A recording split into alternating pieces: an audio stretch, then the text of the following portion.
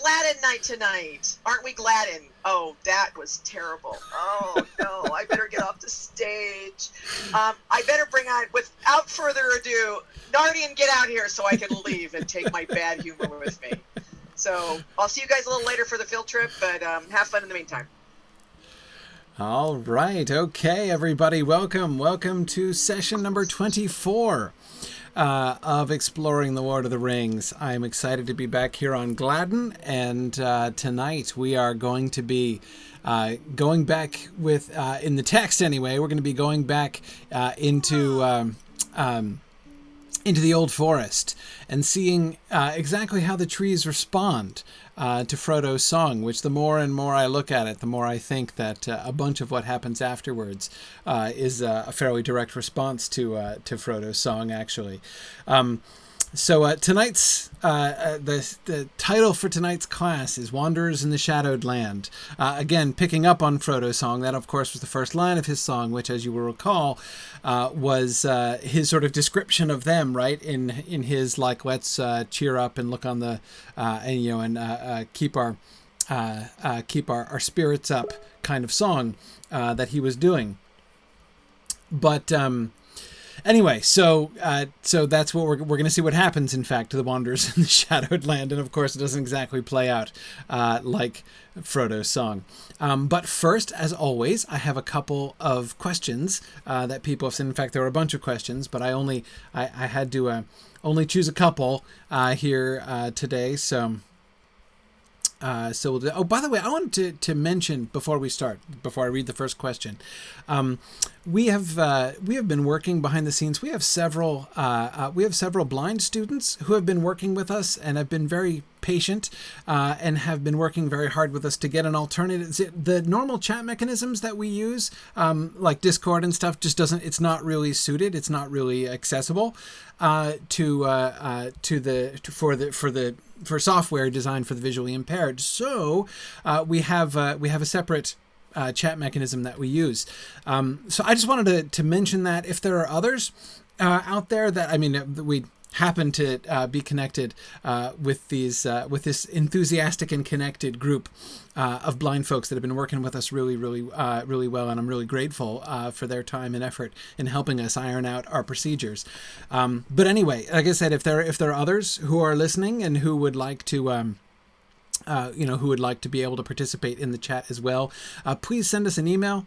You can send us an email at info@signumu.org, and we'll get that, and we will get you plugged in. So just wanted to make sure that we had that. I would love, by the way, and I think I've mentioned this in the past, but I'll mention it again. I would love to be able to have our discussions here more accessible to the hearing impaired, which is something we've never been able to do. Captioning is really expensive, unfortunately. So if anyone is a sign language interpreter who would like to come in, I'd love to work with you and see if maybe we could have somebody doing a sign language interpretation. That would be really awesome. So we'll see. I just wanted to, again, throw that out there. We've never been able to get there yet, but I would really like to. So, all right. So first question. Okay, first question. This is from Brandon Lovesey. Great question. One of the common themes in The Hobbit is the role luck plays in the quest's success. It is repeatedly pointed out that had things happened any other way, the quest would have failed. For example, had the dwarves not been captured by the elves and then escaped via the barrels, they would have found the Old Forest road impassable. Though it is not called out, I believe we see this theme in The Lord of the Rings as well. What comes to mind is the absence of Gandalf here in this part of the story, though we have to look ahead to see the effects. Had Frodo received Gandalf's letter, or if Gandalf was there at Crickhollow, the hobbits would likely not have gone through the Old Forest, met Bombadil, received their swords, which Merry would use later to defeat the Witch King, or drawn the attention of Strider. Perhaps Merry and Pippin wouldn't even have come on the journey and then not joined the Fellowship. I think this is something we should be keeping an eye on as we go through the story, though it will be 2030 before we actually see the effects of certain events. I'm not sure it's going to take until 2030, Brandon, but I hear you. And yes, I agree. I do think that we can see Tolkien thinking in these ways. The two things that I would say. First is just that I agree with you. And you cite a really good example with Merry and Pippin. In fact, what Brandon, what you were saying about Merry and Pippin not even coming along is really interesting. They, of course, were determined to come along, but what would have happened if Gandalf had been there, right? Had Gandalf made a different choice, right? If instead of heading straight south after Radagast, if instead he had been like, all right, he was back in Bree, right? It was only a couple days journey really away from the Shire. If he had just said, you know what, forget it. I'm going back to Frodo. I'll park Frodo in Rivendell and then I'll go talk to Saruman, right? Had Gandalf done that, right? Had he come and been like, let's go right away. Would they have still brought Sam? I bet they would have, right? And in any case, I'm pretty sure that Sam would not have been left. Merry and Pippin, though? It's a great question. I think there's a good argument to be made to say that Merry and Pippin might not have made it, right? Maybe Gandalf would have spirited him away before Merry and Pippin even knew, right? Again, hard to pull that past Sam, but he could possibly have pulled it past Merry and Pippin. So again, we certainly do see this pattern a lot. And Brandon, I applaud you in particular for drawing attention to the fact that it's not just luck in this, because we do see some just kind of lucky things in The Hobbit, for instance. Like, for instance, the lucky fact that the key to the Trolls' cave, the door to the Trolls' cave fell out of William's pocket before he turned into stone, right? By good luck, we're told explicitly that was a lucky stroke that happened. But that's a different kind of luck than the kind of luck that you point to, Brandon. But I think that the kind of luck you point to is the more significant one in the story, right?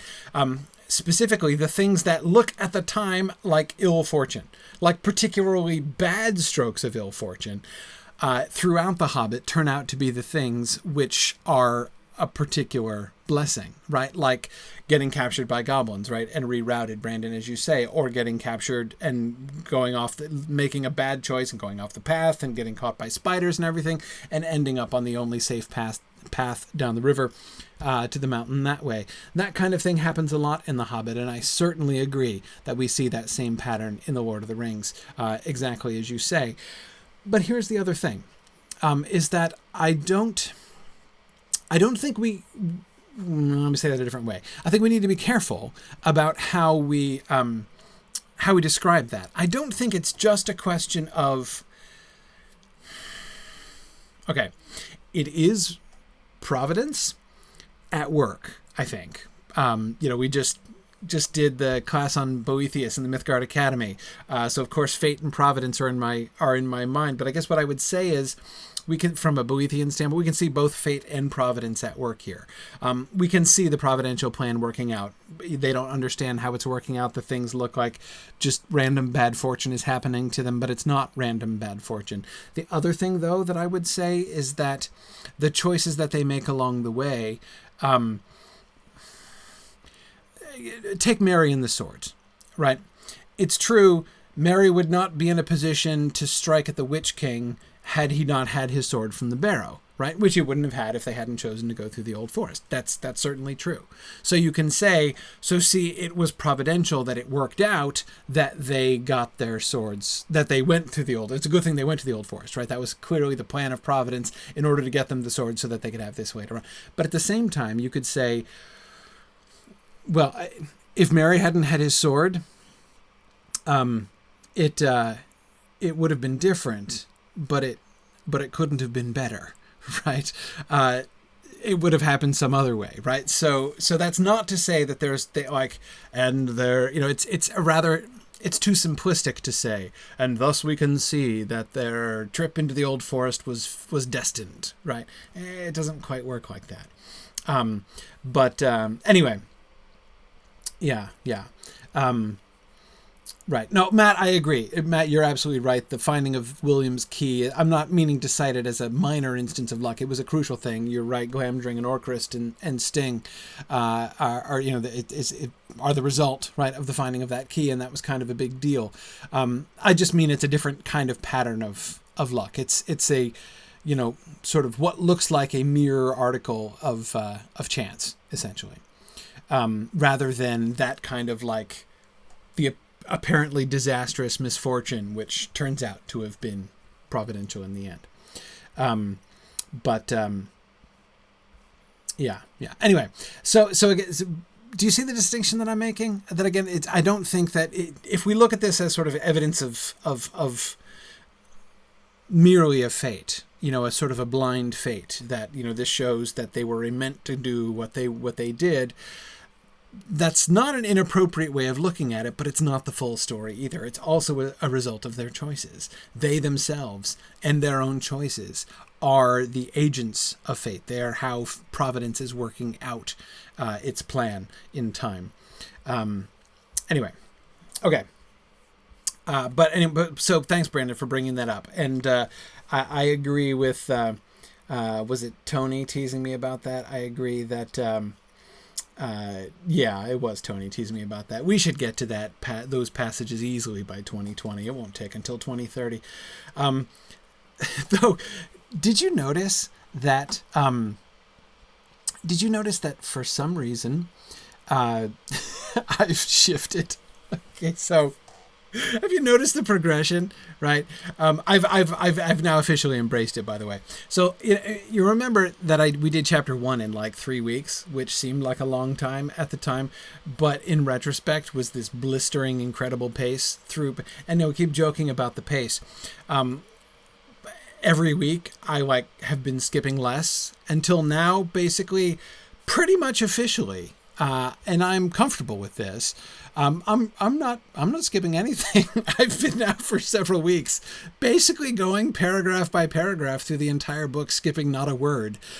So that what we're doing here together has insensibly shifted from a sort of class discussion, where I am preparing a lecture on the chapter, to more of a sort of a commentary, as we're going a sort of a commentary track on the story as we go along.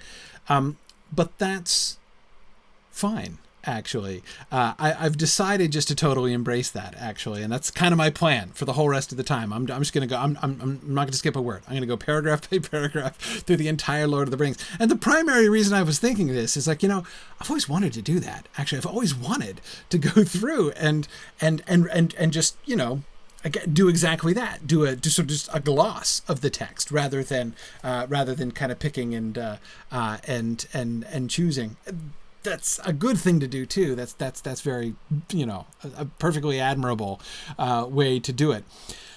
But I've always wanted to do the sort of gloss commentary thing, and recently I've been like, when am I going to get another chance? I mean, what am I going to go back after this and be like, and now this time more slowly, right? No, I mean, this is my chance, right? I'm going to be doing this for like 5 years or something. So let's do this. It's excellent. So, yeah, John says, I'm looking forward to the class where we don't get through a full paragraph and settle for a single sentence. Well, John, I think Frodo's dream was the smallest amount of text we've covered in a single session at any point so far. We'll see if we beat that record later on down the road. Yeah, Tony, like an annotated Lord of the Rings. That is exactly, that was my first when I wrote my Hobbit book. That was my first impulse. Like what I really wanted was like to have the text of the Hobbit and then commentary along the side, kind of like Anderson's book. But of course, Douglas Anderson's annotated Hobbit, which is awesome, by the way, but it's a totally different thing from what I want to do. Doug knows everything about the Hobbit, about the editions of the Hobbit and different texts of the Hobbit and variations and his collection of awesome pictures and stuff. I mean, the annotated Hobbit is great, but it contains all kinds of things that I don't have and is totally different from what I wanted to do. So yeah, this is basically going to be that, a sort of commentary. So it's going to be fun. I'm pretty excited. Okay. All right. Let's go one more question. And this one specifically about Frodo's song. So that was a really good question from Roy. I got this one by email. Is this chapter an uncomfortable example of hobbits being orcish? Verlyn Flieger writes about this in Green Suns and Fairy, her book that was released, what was it, 2012, I think, in the essay Taking the Part of Trees, Eco-Conflict in Middle-earth. In Tolkien's world, morality is often marked by a people or species attitude attitude towards trees. There are examples of this everywhere. Treebeard referring to orcs cutting down trees to rot or to feed fires. Orcs' work in Ithilien as a sign of evil infecting that land. Saruman's treatment of trees in Isengard is one of the visible signs that he has turned evil. And finally, the scouring of the Shire, the cutting down of trees, is again a marker of evil. All this goes back to the Hobbits' bonfire, the building of the hedge, and their overall treatment of the Old Forest as something quite orcish. Fleeger makes the point that when the Bucklanders built the hedge, they were stopping an entirely natural phenomenon, trees growing and spreading. There's nothing wrong with the forest expanding. In fact, it's what forests do, until they come across barriers like the Brandywine. You could say that Buckland is an inherent intrusion into the trees. It's only natural that the trees would retaliate against the hedge. When they did, the hobbits cut down and burned many trees in orcish fashion. When you add all of that to what you were referring to on Tuesday, Frodo's weirdly orcish song, etc., it paints a really uncomfortable picture of hobbits, a sort of dark side of the Shire, if you will. Okay, that's this is, I think, a great point and a great question. My answer to the basic question, is this chapter an uncomfortable example of hobbits being orcish? I would say no, not exactly. I think the hobbits, and even the way that the hobbits treat the Old Forest, is different from those, and those are wonderful examples drawn from Dr. Fleeger's article of those, and I certainly agree with Dr. Fleeger that those are clear signs, clear moral indicators. Right?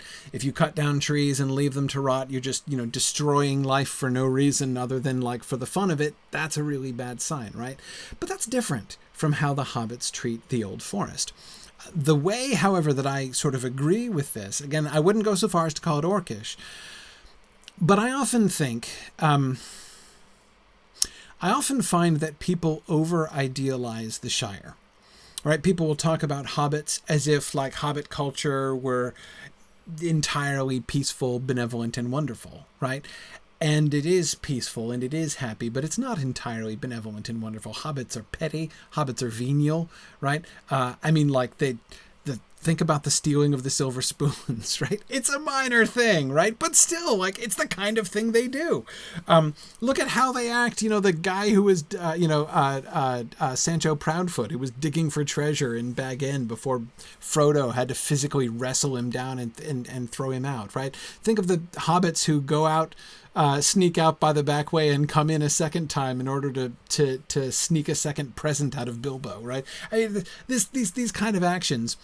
Hobbit society is not perfect at all. It's very nice, but it's not perfect. And the other thing is this whole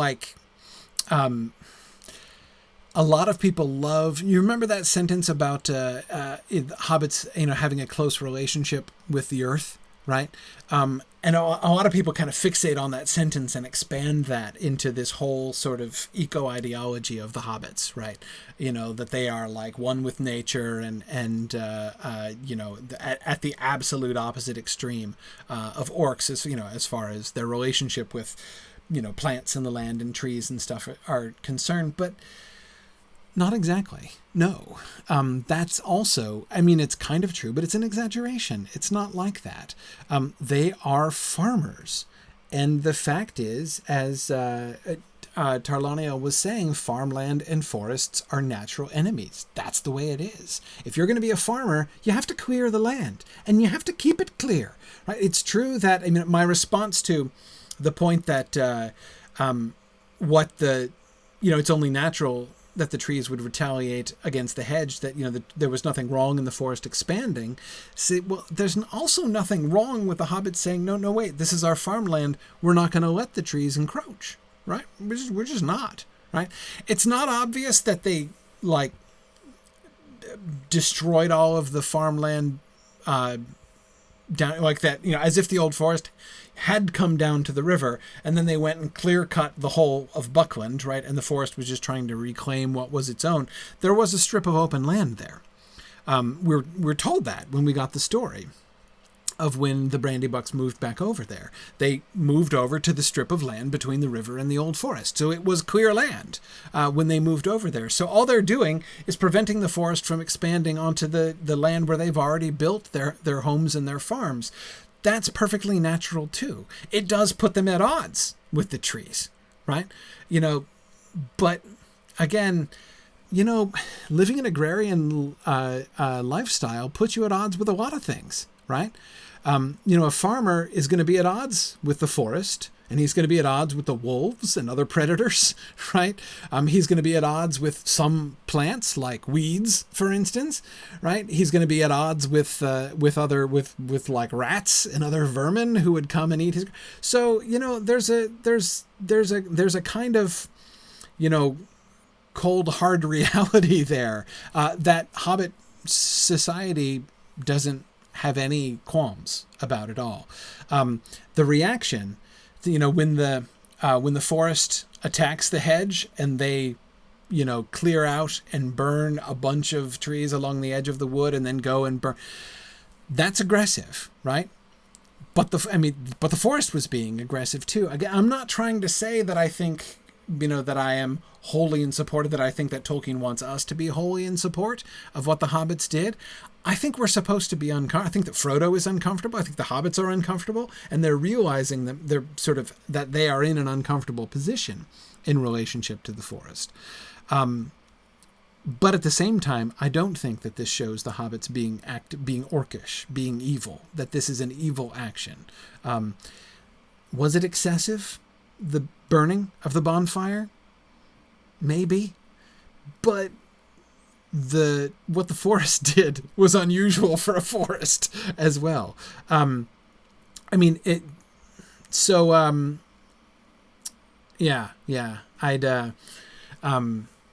It's funny, several of you are making funny comments here. Yes, Oakwig, I agree. The Shire is familiar.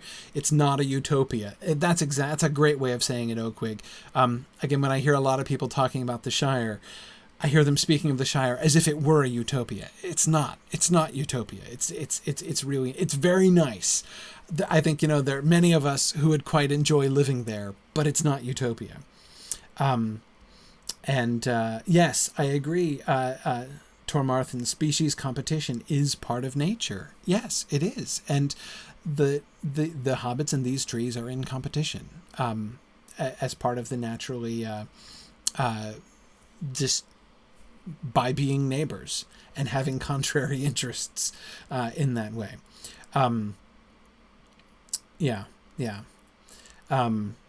Let's see. Good. Oakwig, by the way, you're mentioning my comment about Sancho Proudfoot. The really cool thing about that scene? There's a thing in the book that makes that moment where Sancho and Frodo have their tussle that makes it even cooler.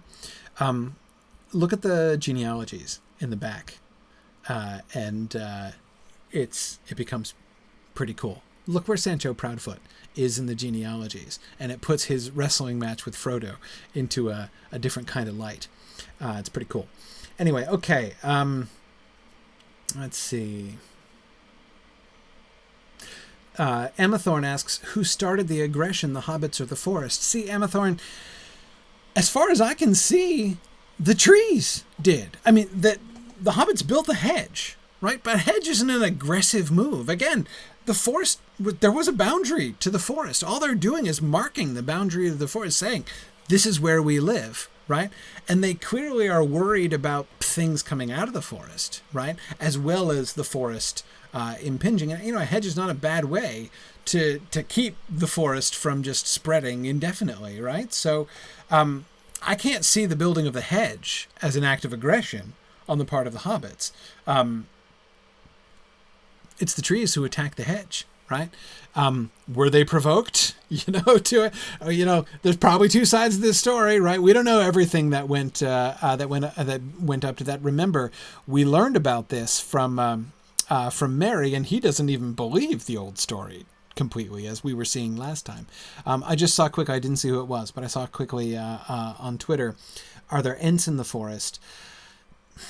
We don't know. We have reason to think that there are Ents in the region, right? The reason we have to think about that is the tree man, the giant that has been rumored to be seen in the North Farthing, right? That that Ents are not unknown in the area.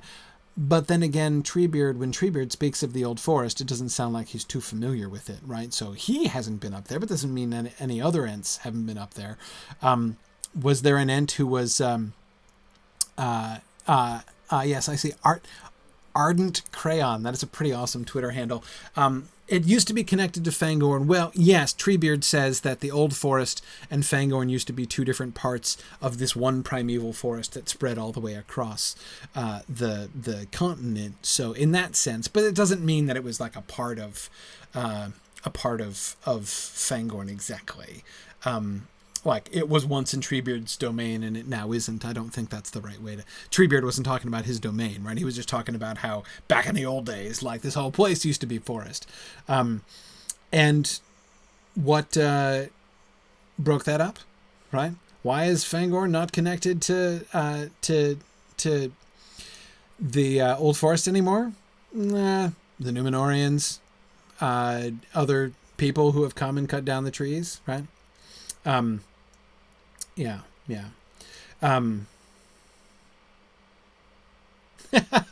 Yeah, okay, that's fair enough. Yeah, John Cassell says that the trees started it according to the hobbits. Shocking that the history writers are the good guys. Exactly. See, again, there's two sides to the whole hedge attacking story, and we don't know the trees side of the story. I want to be perfectly fair about that. But yeah, so who knows?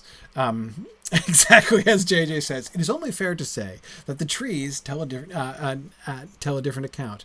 Yeah, exactly. Yeah. Okay, let's see. And right, Tom Whaloff says that even Treebeard points out that there are trees with hearts that are black and are jealous of things that go on two legs. That is, trees that can just have an animosity towards those that wander around, which is not entirely rational and not entirely justified. I mean, there's not no justification to it, right? But that doesn't mean that trees are always in the right either. Even Treebeard does recognize that. Yeah. So Arden Crayon, when I talked about it being in his domain, I merely meant it wasn't a part of Fangorn in the sense of like Fangorn had the land that he ruled, right? And the Old Forest used to be part of his kingdom, right? And he's not a king, but part of his realm, and now it isn't. So I just wanted to make sure that it used to be a part of Fangorn. We weren't thinking of it in that sense. Yeah. Now that's an interesting parallel, Brandon. Is Merry like our friend Jonathan Harker from Dracula, skeptical of these rustic traditions until he sees evidence to the contrary? There's a similarity. The clear difference. So Brandon, check out that sentence I was about to say. I was just about to utter the sentence. The clear difference between Merry Brandybuck and Jonathan Harker, as if there's one singular difference between them. But in this regard, the big difference between Merry and Jonathan Harker is that Jonathan Harker is just skeptical. Right, he is skeptical of any. He's basically a naturalist, right? He doesn't believe in anything that that can't be explained by 19th century science.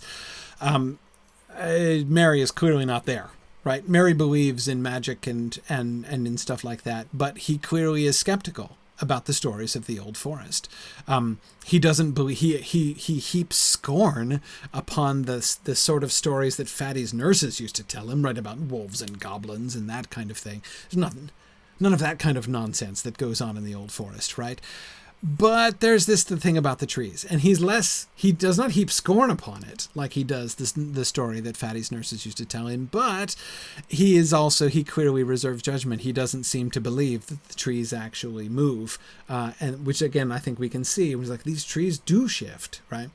as if he's now finally convinced. So there's some similarity there, Brandon, but clearly the framework is not the same. So it's not exactly the same situation. Good point. Gilganthier points out that he says that he would like to hear the tree side of that story, but the problem is it would be about 27,000 pages long. Exactly. And then just imagine how long it would take us to get through discussing the trees side in this class. So that's a big deal. Okay, good. And Milthaliel, exactly. I think...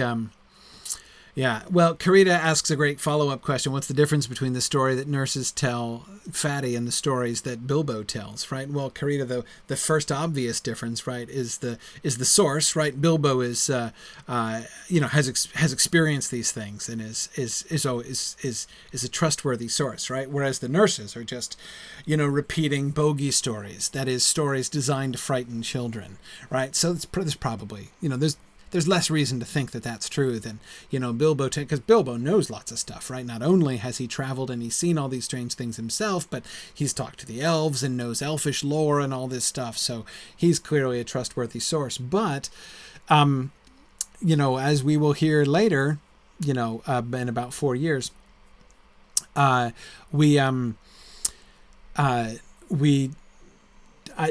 should not just disregard stories that come down from old wives, right? Old wives often keep things in memory that it would be good for others, that it once would have been good for others to remember. So that's definitely, yeah. Exactly, Oakwig. Sancho is Odo's grandson. Yeah, he's Bilbo's first cousin twice removed, just like Frodo. In fact, if you look at the genealogies, Sancho Proudfoot has, from a genealogical standpoint, as good a claim to be Bilbo's heir as Frodo does. At least as good a claim, actually. So when he kicks Sancho Proudfoot, he's not just kicking out a local unruly teenager. He's having a physical tussle with the guy who could arguably contest the will. I mean, Bilbo's will is legit, right? He's chosen Frodo as his heir, but could have been Sancho, right? If things had gone differently. So that actually, it's really interesting. Okay. Good. All right. Tom wants to know if Mary is Jonathan Harker. Who is Quincy? Sam, right? Sam has got to be Quincy, clearly. Yeah, definitely. Yeah. Now that would be an interesting parallel. That would be a great Mythmoot paper, wouldn't it, Tom? I think that would be great. Anyway, okay. Emma Thorne wants to know, do we hear any more about the Old Forest by the end of the story, particularly after the hobbits return to the Shire? Nope. We don't. No, Karina, there's not a Mina. There just isn't. That's just not going to happen. Nope. And no, so Emma Thorne, sorry, back to your question. We don't hear more about the Old Forest. Our trip here into the Old Forest is going to be our only real encounter with the Old Forest. We'll learn more about trees, and of course, when we get to Fangorn, we'll learn a lot more to help us kind of contextualize some of the stuff that we hear. But it's not something that we're going to come back to here in this story. Okay. Yeah, okay, let's see. That's good.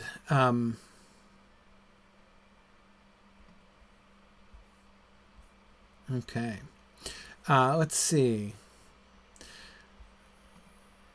The guy whose name translates to The Lord of the Rings is asking me if we've ever discussed the title of the books, The Lord of the Rings. No. We didn't. But I should get on to talking about the story. I would encourage you, go to the discussion boards at lotro.mythgard.org and post that. And I'll see if we can do that at the beginning of next time, because I think that would be interesting. But anyway, okay. Let's get to the text here. So Frodo just sang his song and just felt the oppression. Remember, his voice falters, and he he we got that what seems to be a counterspell by the trees, right? Not to mention the falling branch, right? And Mary kind of trying to not exactly pass it off, but trying to lighten things up. Mary is always trying to keep people's spirits up, right? He's doing a good job. He's doing a good leadership job in that respect anyway, even if perhaps he's not doing the best possible leadership job in other respects. But anyway, okay. He spoke cheerfully. This is Mary, of course. As if he, and if he felt any great anxiety, he did not show it. The others did not answer. They were depressed. A heavy weight was settling steadily on Frodo's heart, and he regretted now with every step forward that he had ever thought of challenging the menace of the trees. He was indeed just about to stop and propose going back, if that was still possible, when things took a new turn. The path stopped climbing, and became for a while nearly level. The dark trees drew aside, and ahead they could see the path going almost straight forward. Before them, but some distance off, there stood a green hilltop, treeless, rising like a bald head out of the encircling wood. The path seemed to be making directly for it. Okay. Milthalio, I agree. Mary is very strong here. He is a strong leader. He was the one who was taking the lead, right? He was the one who had decided they would go into the Old Forest, to encourage them to go into the Old Forest, who said he would lead them through the Old Forest. And he's not only attempting to guide them, but he is leading them in sort of a larger sense as well, right? He is acting as a leader to everybody, and I think he's doing great.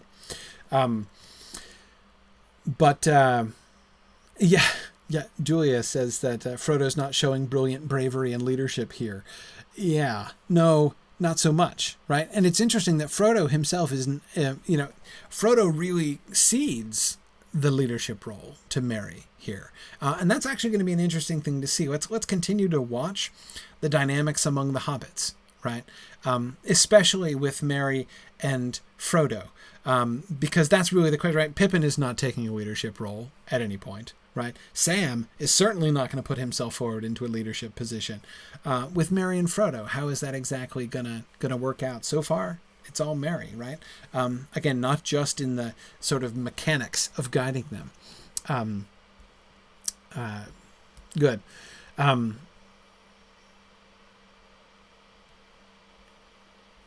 Yeah, good. Tom is pointing ahead to things that Mary's going to do that we'll talk about in probably 3 or 4 months. I mean, all the way in Bree. Tom, I mean, seriously, what is it going to be? October before we get to Bree? Okay.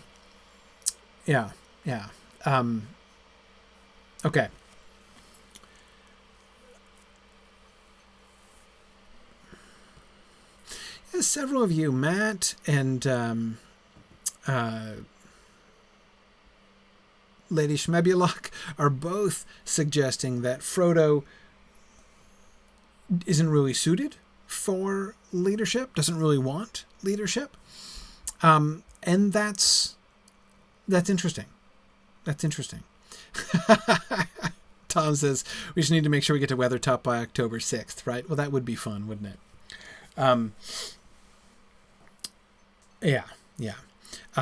And yes, Blue Wizard, I agree. I strongly dislike how Merry and Pippin were treated in the films, especially the accidental encounter with them, as you point out, rather than the intention, the conviction to go with him from the beginning. It's an important element of their characters, and I like them better with it. Ethelod, says that.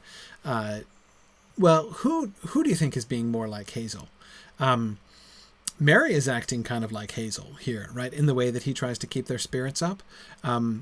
Mary's comments are rather Hazel-like, I would say. Anyway, back to our passage here. I think that you guys are now just trying to divert me and seeing how long you can make me take. Anyway, what do we make of this path here?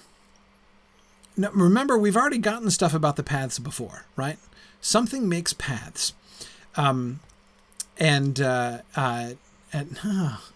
Karita suggesting a parallel between Frodo and Fiverr. See, Karita, that's a Mythmoot paper right there. That would be an interesting comparison. But anyway, okay. Paths, right? Something makes paths, and the trees do shift around, right? And we were talking about that last time. It seems to me fairly clear that the paths that they're seeing are paths that are made by the trees, not by something always walking in amongst the trees, right? Katriana,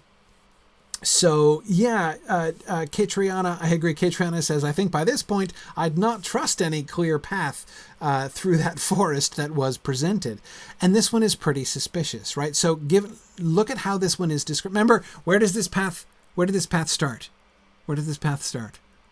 What dots is the forest connecting, right? It started with the bonfire glade, right? Started the bonfire glade and led out of the bonfire glade. So they're following the path that leads out of the bonfire glade, right? And look at what we get about the path, right? So we have the path they were on was had been climbing, right? It stops climbing, right? And they can see the path going almost straight forward. I mean, look at this beautiful path going almost straight in front of them across this flat land, right? And then down the path, they can see this hill, right? And the path seems to be making directly for it. Well, isn't that nice, right? Isn't that convenient?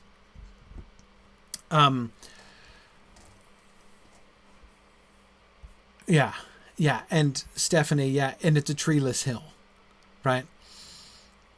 Yes.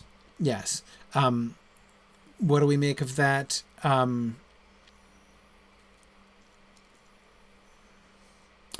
It's noticeable, right? Why is this hill treeless, right? Exactly as Crooked Heart asks, is it treeless because the trees choose not to go there? Yeah. I don't know. Ethelod, could you see it from Buckland? Well, Mary didn't mention it. He mentioned the bonfire glade, right? But you don't get the sense that he's been this far into the Old Forest himself before. He's been in there before a couple times, and once after dark, probably on a dare when he was a teenager or something. But anyway, he's been in there before, and so because he's been in there before, he believes or feels that he can guide them through. But it's not like he's actually been through there before, right? Yeah. And Matt, that's a great observation. Matt says that notice how in Tolkien's grammar here, he gives the paths lots of action verbs, right? The paths are always doing things. The path stopped climbing, right? The path was making directly for it. It's not like it was right down the path, as if the path were merely inanimate, right? It gives all these action verbs to the paths. The path seemed to be making directly for it, as if the path has a will of its own, which is metaphorical, right? The path doesn't have a will of its own. The trees that make the path have a will of their own, presumably, right? So yeah, I think it's pretty clear that especially this path, which is, whatever the reason, we don't know why there are no trees on the hill, right? Were there trees on the hill and the trees have vacated the hill for the sake of this trip of the hobbits? I have no idea, right? But that they are doing this on purpose, I think we have enough evidence, at least to be very suspicious of, that the hobbits are in fact being guided. And they're still being kind of gullible, really. The hobbits are. Mary still seems to want to believe that he's kind of in control here.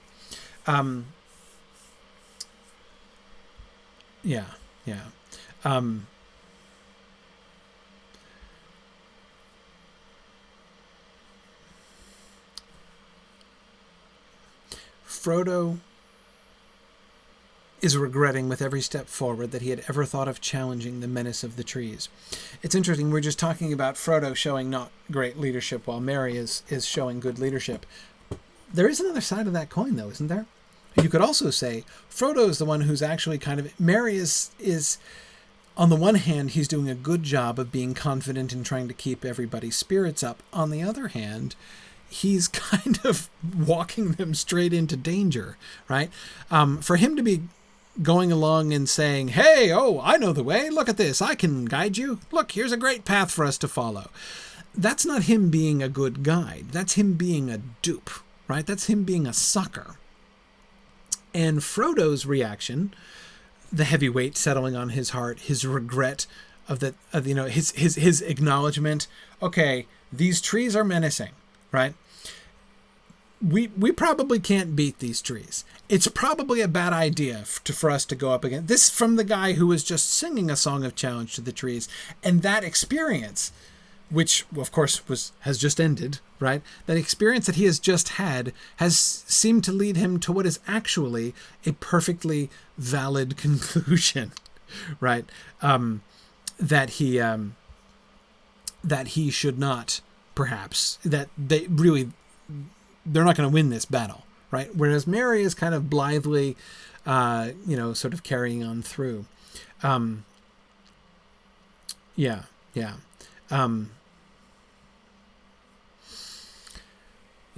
Do rangers go through the old forest? Ethelod asks. Go through? Yeah, exactly, Karita. Saying the wrong thing confidently is still saying the wrong thing. Exactly.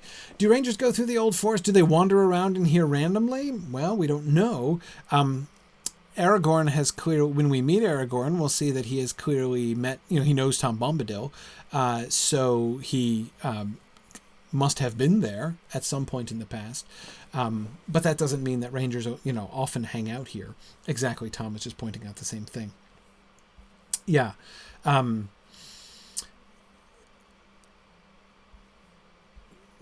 Irinda says, it does seem like a huge question that they're not giving much consideration. Something makes paths, and paths are always made with intention. So far, the only intentions they've encountered in the old forest are bad ones.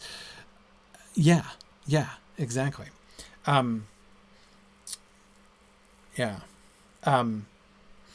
So Frodo's reaction, much more gloomy than Merry's, right? Much less good for morale, but much more accurate, much more wise, frankly. Blithely to follow this path really seems like a bad idea. And I agree with you, Tony. I would love to read the meeting between Aragorn and Tom Bombadil. That would be fun. But all right. Hey, I've got an idea. Let's, okay. Karita, they could be deer runs. I mean, it's possible. Two things here. First, if Merry says something makes paths, if it were deer, right, making the paths, then he might have suggested that, right? I mean, if they looked like deer paths, then he probably wouldn't have found that mysterious, right? He wouldn't have said something makes paths. He just would have been like, and there are deer paths, right? So probably that's not, the paths are more significant than that. And Karita, I don't see any reason to think that there are not deer in the old forest. We don't know. I mean, as you say, they're not mentioned. I don't recall any reference to anything like that, but I don't see any reason to think that there aren't any deer in the old forest. But I think that the paths we're talking about are something more significant than that, or else it wouldn't even really necessarily be a question.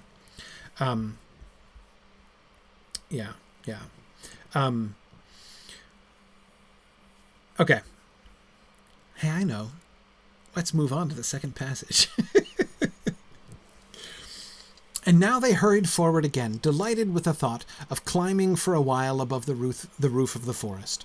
The path dipped, and then again began to climb upwards, leading them at last to the foot of the steep hillside. There it left the trees and faded into the turf. The path, notice, again, Matt, just as Matt was pointing out, notice how the path is continuing to have all these action verbs, right? It dips and begins to climb, and then it left the trees, the path leaves the trees, and faded into the turf. The wood stood all round the hill like thick hair that ended sharply in a circle, round a shaven crown. The hobbits led their ponies up, winding round and round till they reached the top. There they stood and gazed about them. The air was gleaming and sunlit, but hazy, and they could not see to any great distance. Near at hand the mist was now almost gone, though here and there it lay in hollows of the wood, and to the south of them, out of a deep fold cutting right across the forest, the fog still rose like steam or wisps of white smoke. Okay.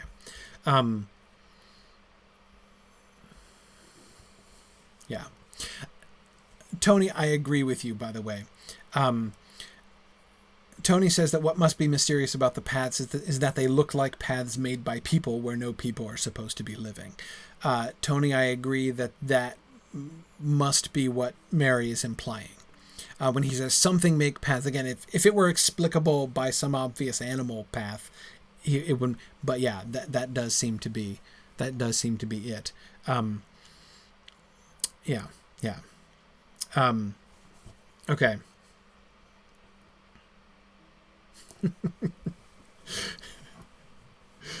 Tom suggesting there are white hearts in the forest.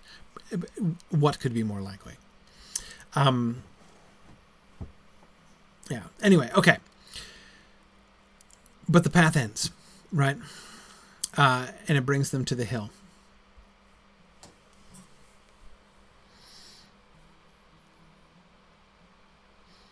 What do we notice here? What do you see?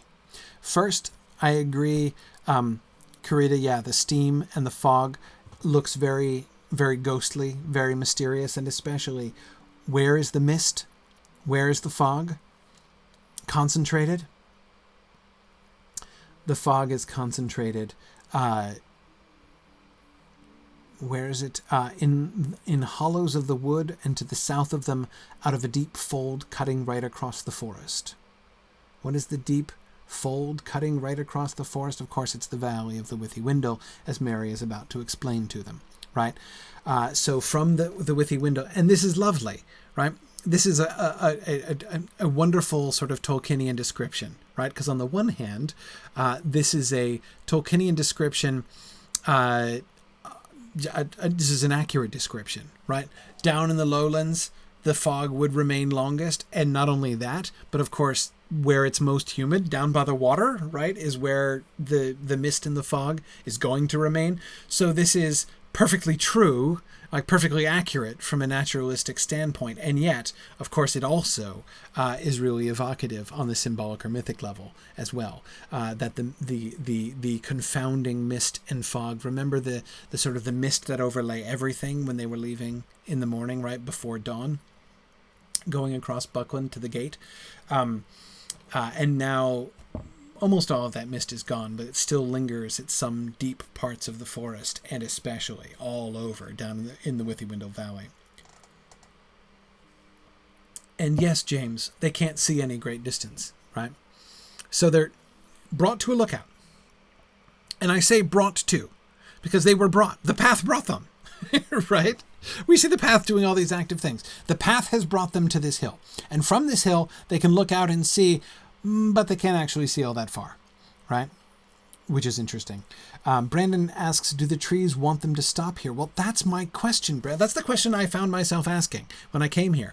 Since, as we talked about, the making of these paths seems to be the plan of the forest seems to be bringing them here, and straight here from the Bonfire Glade, right? Direct path from the Bonfire Glade to the Bald Hill. Why? Why is it bringing them here? Why is it bringing them here? And then that's when I couldn't help but remember Frodo's song, right? What did Frodo sing about? O wanderers in the shadowed land, despair not, for though dark they stand, all woods that be must end at last, and see the open sun go past, right? That's the first 4 lines of Frodo's song, right? And what is the response? What is the response of the trees, right? To the wanderers in the shadowed land. I'm going to take them to a place where they can see all around them. And what do they see? No ending, right? They don't see any end to the forest. They see trees. You are surrounded, Tom. Exactly. That's the message that they get from the top of the bald hill. We'll let you look around, right? You want to see the open sun go past? Here you go. From this hill, you can see the open sun go past. And when you do, what does it show you? What do you see? All woods that be must end at last? That's not what you see, right? See the end of the forest? Oh, I don't think you do. I mean, it's really interesting how it corresponds. JJ says, we cannot get out. And Julia adds, they are coming. Yeah, exactly. Lady Shmebuak says, trees 1, hobbits 0. Exactly. That's right, Tom. We got your open sun right here. Yeah, exactly. Honestly, the trees seem to be taunting them. That's like the reading that I feel myself compelled to as I'm looking at this and thinking about why has this path led them, made a beeline from the bonfire glade straight to this hill. And I think the trees are taunting them. The trees go ever on and on. Exactly, JJ. That's it. Yeah.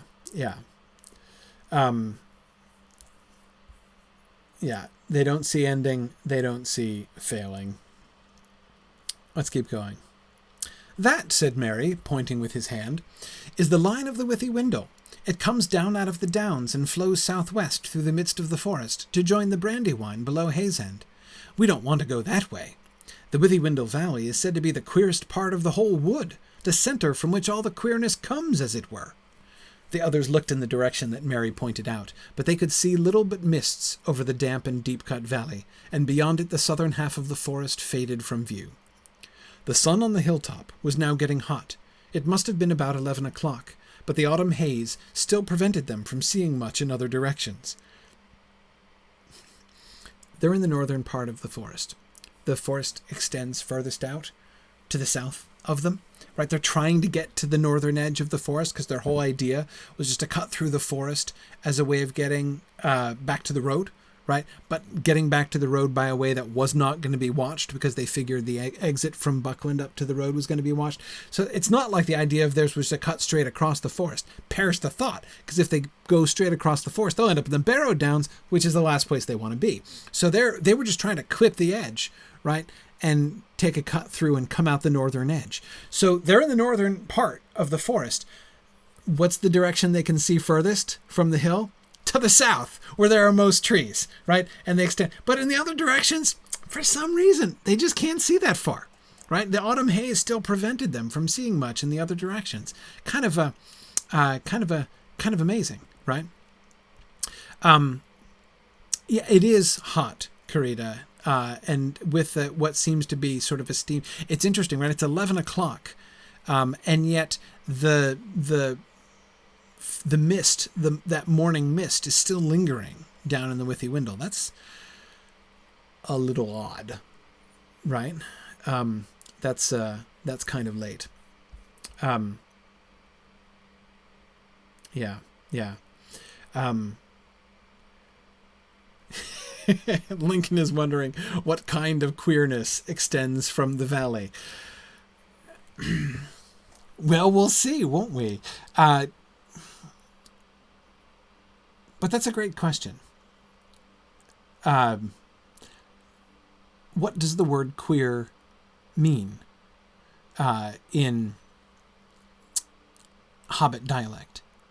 When they call something queer, strange clearly is a synonym, right? But I don't know that it's an exact different. Yeah. Finn, I agree. Different is certainly, and different and therefore probably, possibly dangerous, right? Weird. Strange and uncanny. Uncanny is a little strong, but that is uncanny clearly means something outside the natural order, right? Magic is uncanny. Ghosts are uncanny. Black riders are uncanny. But something foreign, outlandish. Yes. Odd. I agree.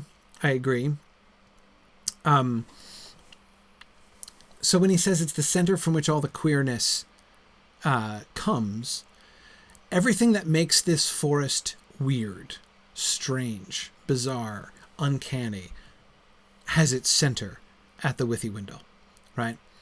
And so the unusual liveliness and animation of the trees, that seems to have its origins down in the Withywindle Valley. Yeah. Anyway, okay. All right. Where was I in the passage, though? Because I don't think I finished reading it. I interrupted myself. All right. Prevented them from seeing much in other directions. In the west, they could not make out either the line of the hedge or the valley of the Brandywine beyond it.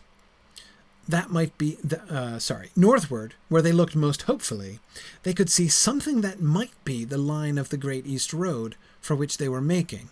They were on an island in a sea of trees, and the horizon was veiled. And that seems to me to be, in a nutshell, what the trees seem to be trying to accomplish in bringing them to this hill, to give them exactly that impression. You are on an island. It's like bringing them to this island is like marooning them, right? On a desert island, an island in a sea of trees, and the horizon is veiled. Yeah.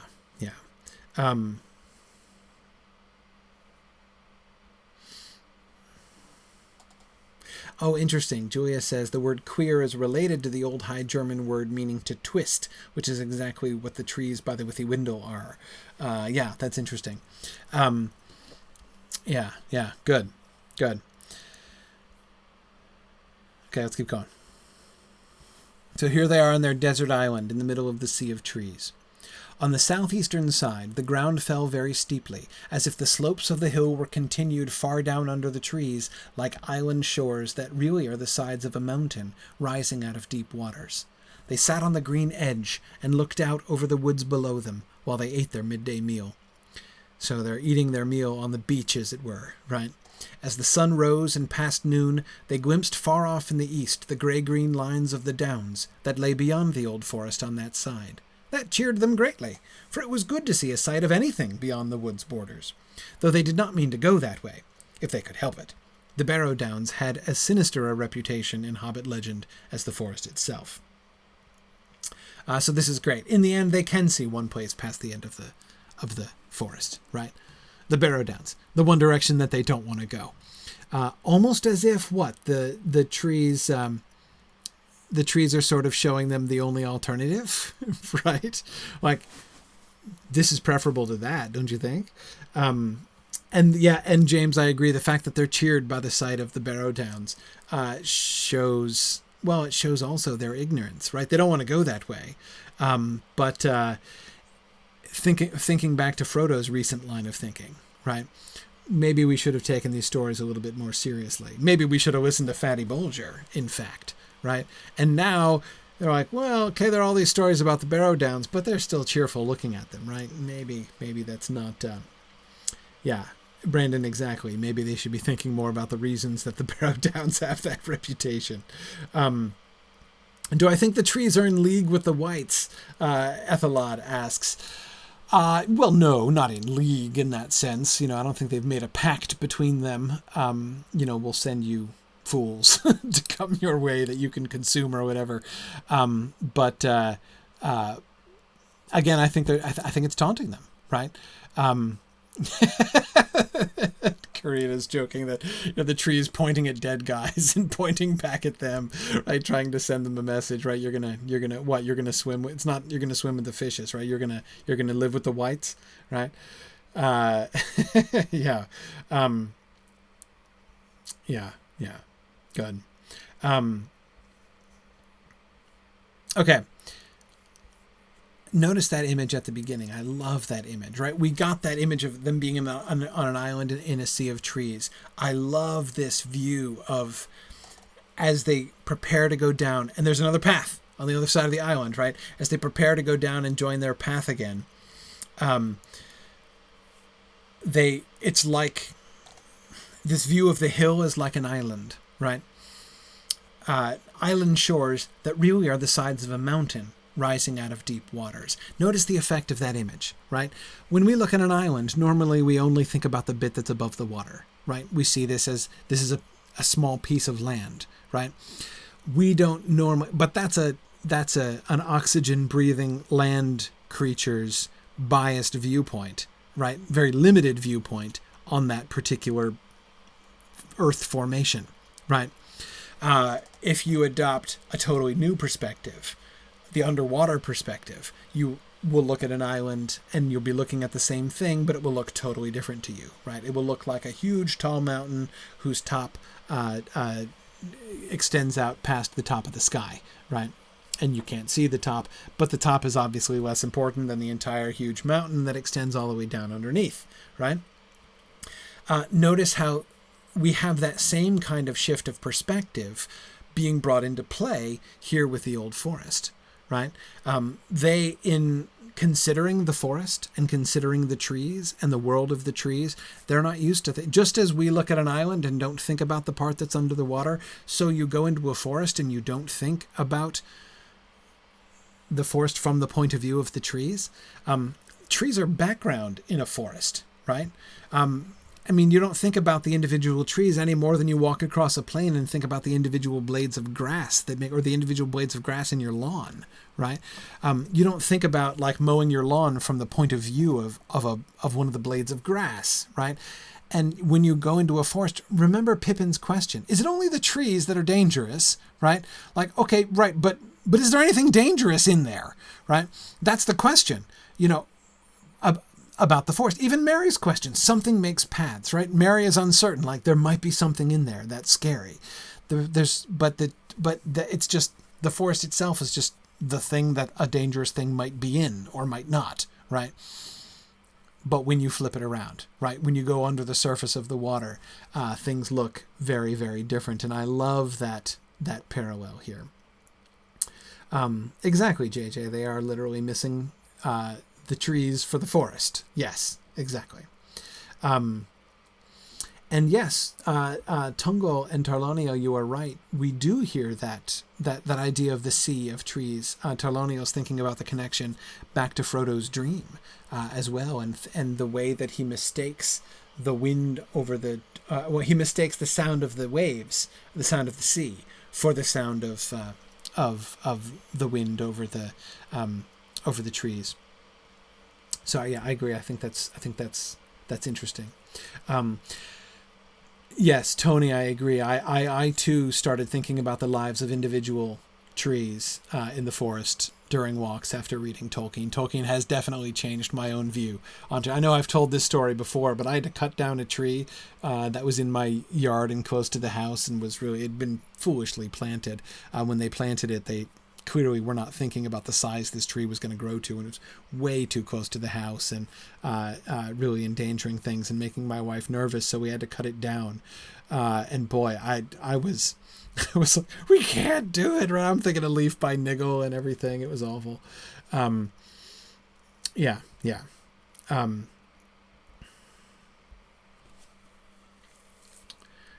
Good. All right. So let's follow the path on down, because that seems like a good idea. At length, they made up their minds to go on again. The path that had brought them to the hill reappeared on the northward side. See, Matt Uggett's still doing it. Still doing those action verbs, right? But they had not followed it far before they became aware that it was bending steadily to the right. Soon it began to descend rapidly, and they guessed that it must actually be heading towards the Withywindle Valley, not at all the direction they wished to take. After some discussion, they decided to leave this misleading path and strike northward. Oh, they finally got to the idea that maybe following this path blindly is not going to take them straight to their destination. For although they had not been able to see it from the hilltop, the road must lie that way, and it could not be many miles off. Also northward, and to the left of the path, the land seemed to be drier and more open, climbing up to slopes where the trees were thinner, and pines and firs replace the oaks and ashes and other strange and nameless trees of the denser wood. I love the fact that in the dense central wood of the forest, there are strange and nameless trees. The hobbits don't even recognize these trees, and they have names for these trees, right? But, you know, much more natural, common kinds of trees, like pines and firs, right? So, in other words, the forest is getting easier and more open, right? They can see it. To the left of the path, the land seemed to be drier and more open. Oh, it's easier to go this way. So they're heading north and curving around to the east. I know I'm mirror reversed in some of my cameras here. So they're going up and they're curving around to the east. But so they're going to turn left and leave the path to keep going north, right? Up towards the road. That's their goal. That's what they want. No, Karita, there's no evidence that hobbits have compasses.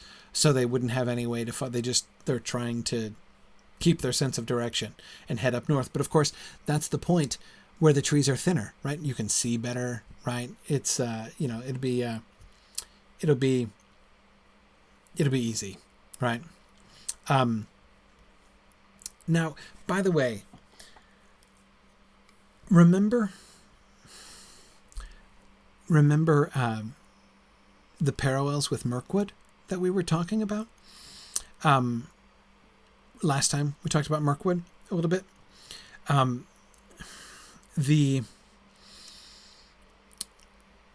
I wonder to what extent this is influencing Merry and the other hobbits, right? Remember, what's the moral of the Mirkwood story?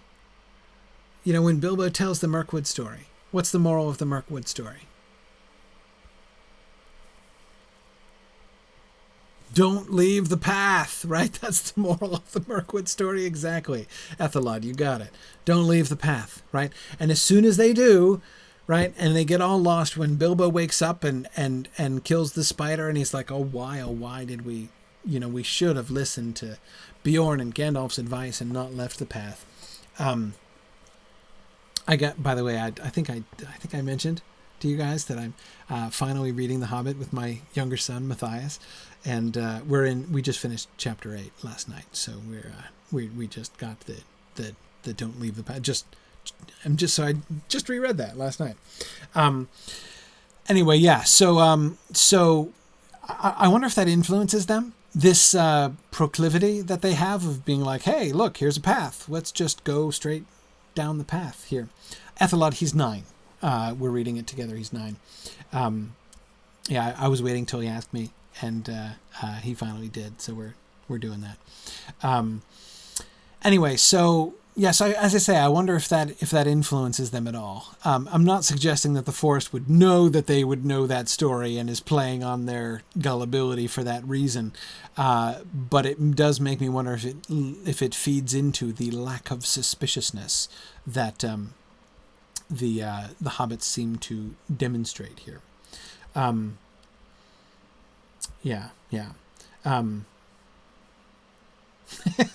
JJ says we're not saying that, but we're not ruling it out either. Yeah, well, I mean, I don't think that the trees need necessarily have to have that kind of planning or that kind of lore, right? Tom points out that they stepped onto the path and it has swept them away, right? See, look, Bilbo warned you that can happen, right? Yeah. Exactly. That is actually really funny, though, Tom. I wasn't thinking about that connection. Of course, he was talking about the road, right? But talking about how there's only one road and every path is its tributary.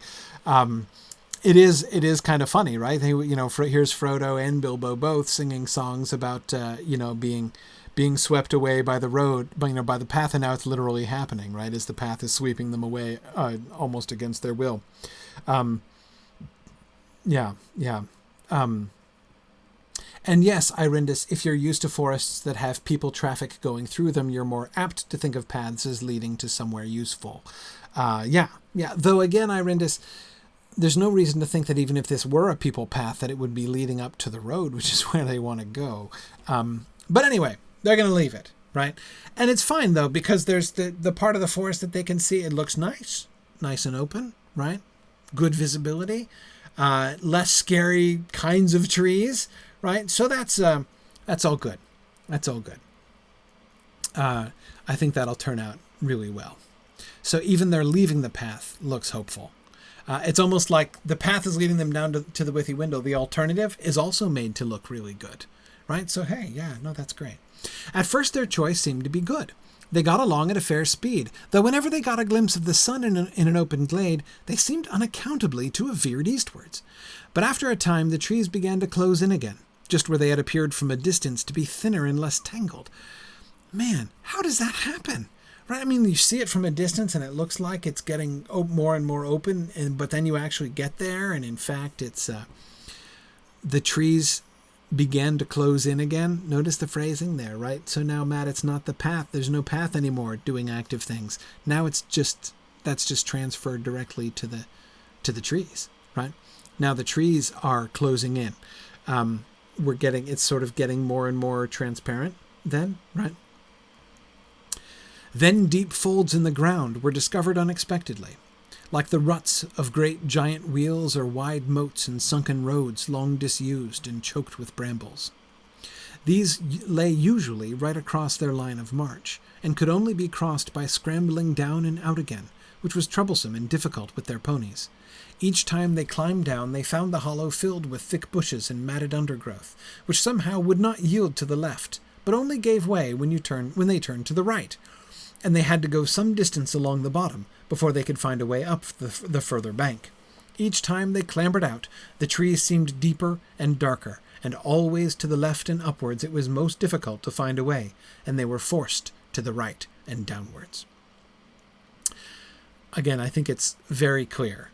Again, if we, like Mary, retained any questions about whether or not the trees are moving, whether the trees are actually forcing them in a particular direction, whether the trees are shifting around, even in fact, how was that managed with the things looking open from a distance? And then was that an illusion?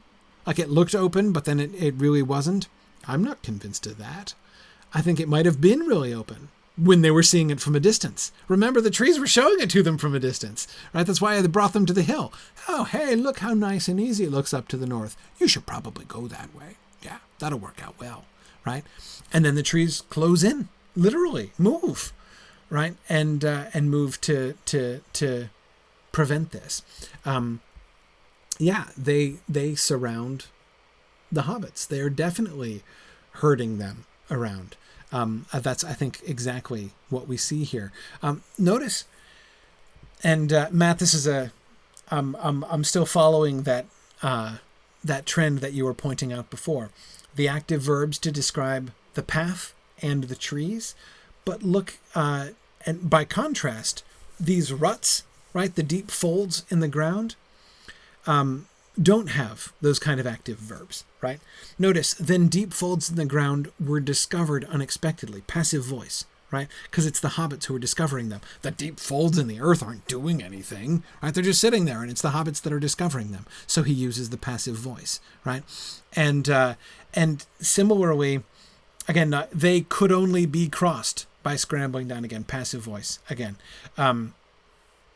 Each time they climbed down, they found the hollow filled with thick bushes. So it's filled with bushes, but it's not doing anything. No active verb ascribed to the hollow here, right? Whereas the thick brushes and undergrowth would not yield to the left, but only gave way when they turned to the right. So again, we can see those active verbs. The vegetation is being given the active verbs.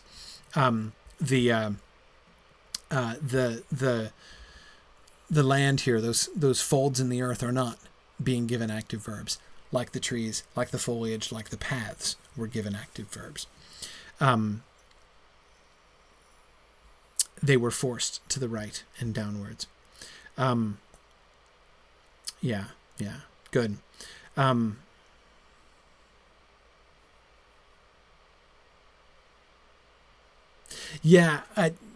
Arthur, I'll call you Arthur. Saying Ambrosius Aurelianus every time is long. I agree with you. Arthur says, I like how it's described in a way that still sounds doubtful or mysterious, i.e. the hobbits never see a tree trunk move 10 feet right in front of them. They get through the old forest with only a vague idea of what the trees were like, leaving Merry and Pippin to still be plenty surprised later on when they meet the Ents. Yeah, I agree. I think it's really neat and really an important element. And this is one of the reasons why I keep coming back to Matt's wonderful observation, is we get this sort of hint, right, by Tolkien's syntax, right? The active verbs that he uses to describe the path and the trees suggests that they're moving, that they're acting, that they're doing things. But yet we never see them doing it, right? You can't absolutely prove it. And of course it is easy to get lost in a deep wood like this. I mean, Tiber, I agree with you. The observation that you make there. Of course, absolutely. It doesn't necessarily prove that it's a conspiracy of trees against the hobbits, right? Yeah.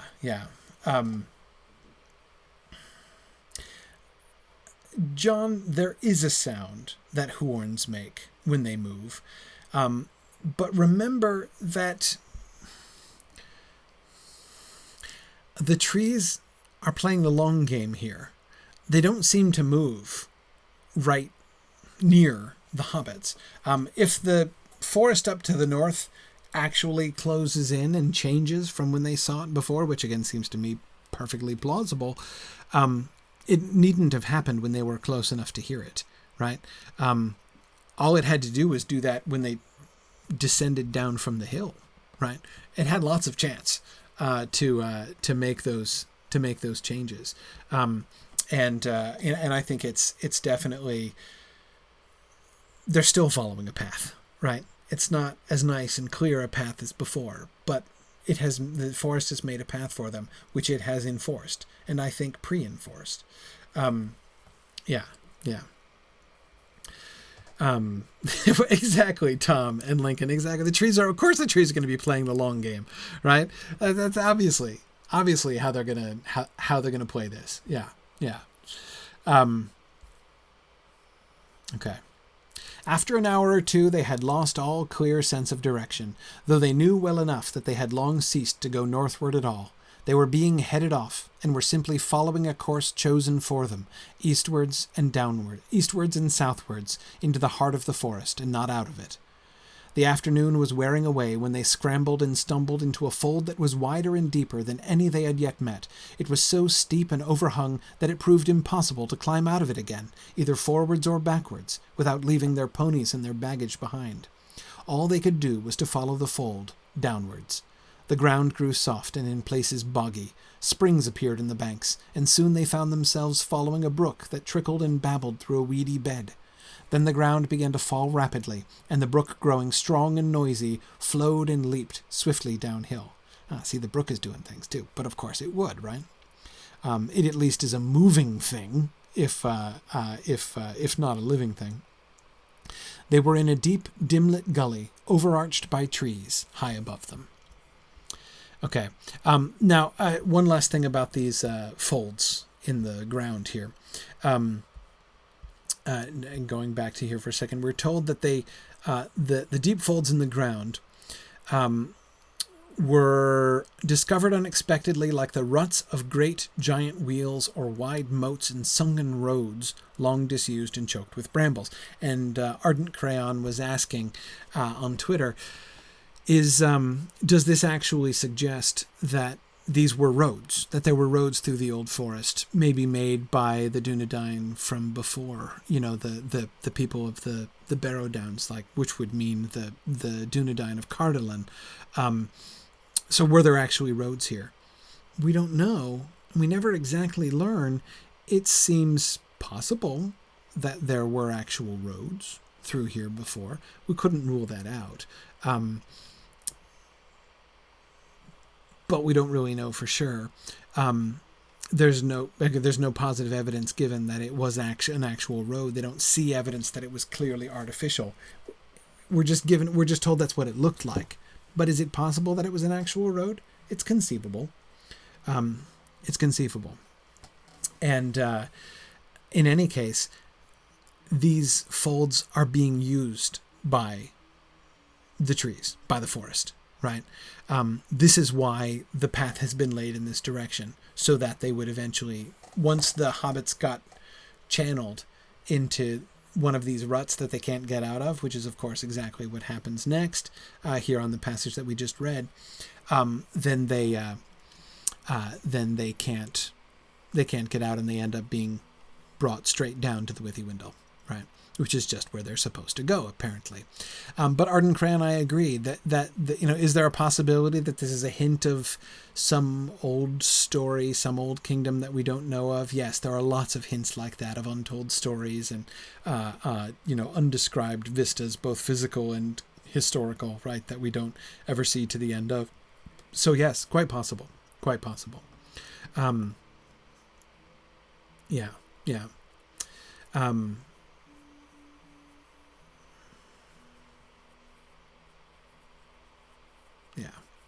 Okay, good. The water coming in is interesting to me. Of course, again, this is another one of those. It's like the mist in the valley, right? Another one of those perfectly accurate descriptions of nature. The way that he describes them, the ground growing soft and kind of boggy, and then springs appearing in a little trickle, and then soon, as they follow it all the way down, it becomes a brook, right, that trickles and babbles and begins to flow and leap swiftly downhill, right? That you would see exactly that kind of thing, right? But it also works on the sort of mythic and symbolic level, right? Remember, and here I'm thinking back again to that parallel we were already making, Tom, with the song, right? With Bilbo's old teachings about the paths and the roads, right? Every path was the tributary of the road. Every doorstep was its spring. That's the metaphor that Bilbo uses about the paths, right?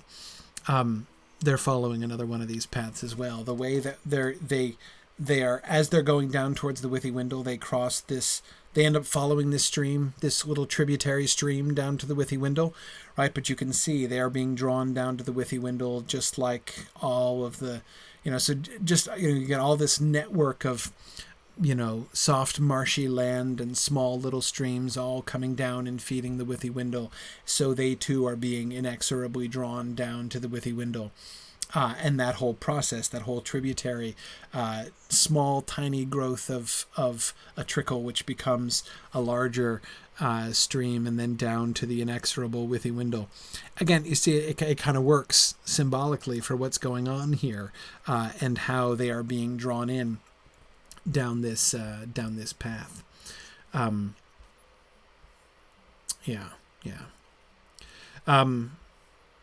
Okay. I think I'm going to stop there. Because this next passage here is when they get down to the Withywindle, which is not a bad place to stop. I was hoping to get as far as Old Man Willow's attack on them, but we didn't get quite there, but that's fine. We actually ended up doing all right. We got down to the Withywindle, so we'll start at the Withywindle next time. Now, a brief reminder that next time is not next week. Next week I'm going to be away, and my internet will be in no way reliable enough, I know from experience, for me to be able to broadcast next week. So there will be no class next week, but we will have class 2 weeks from tonight, where we will return to the Withywindle Valley and head back. Yes, we'll be on Landreval next time in a fortnight. Yeah. That's right. So very good. And now it's field trip time. So thanks for joining me. And I'm going to stop the Twitter stream, as I always do, because I always feel like I'm taunting people in the on the Twitter feed when I'm describing what I see in the game and you can't see. So if you're on the Twitter feed, you're welcome to join us, twitch.tv/SignumU, and you'll be able to follow along with us here.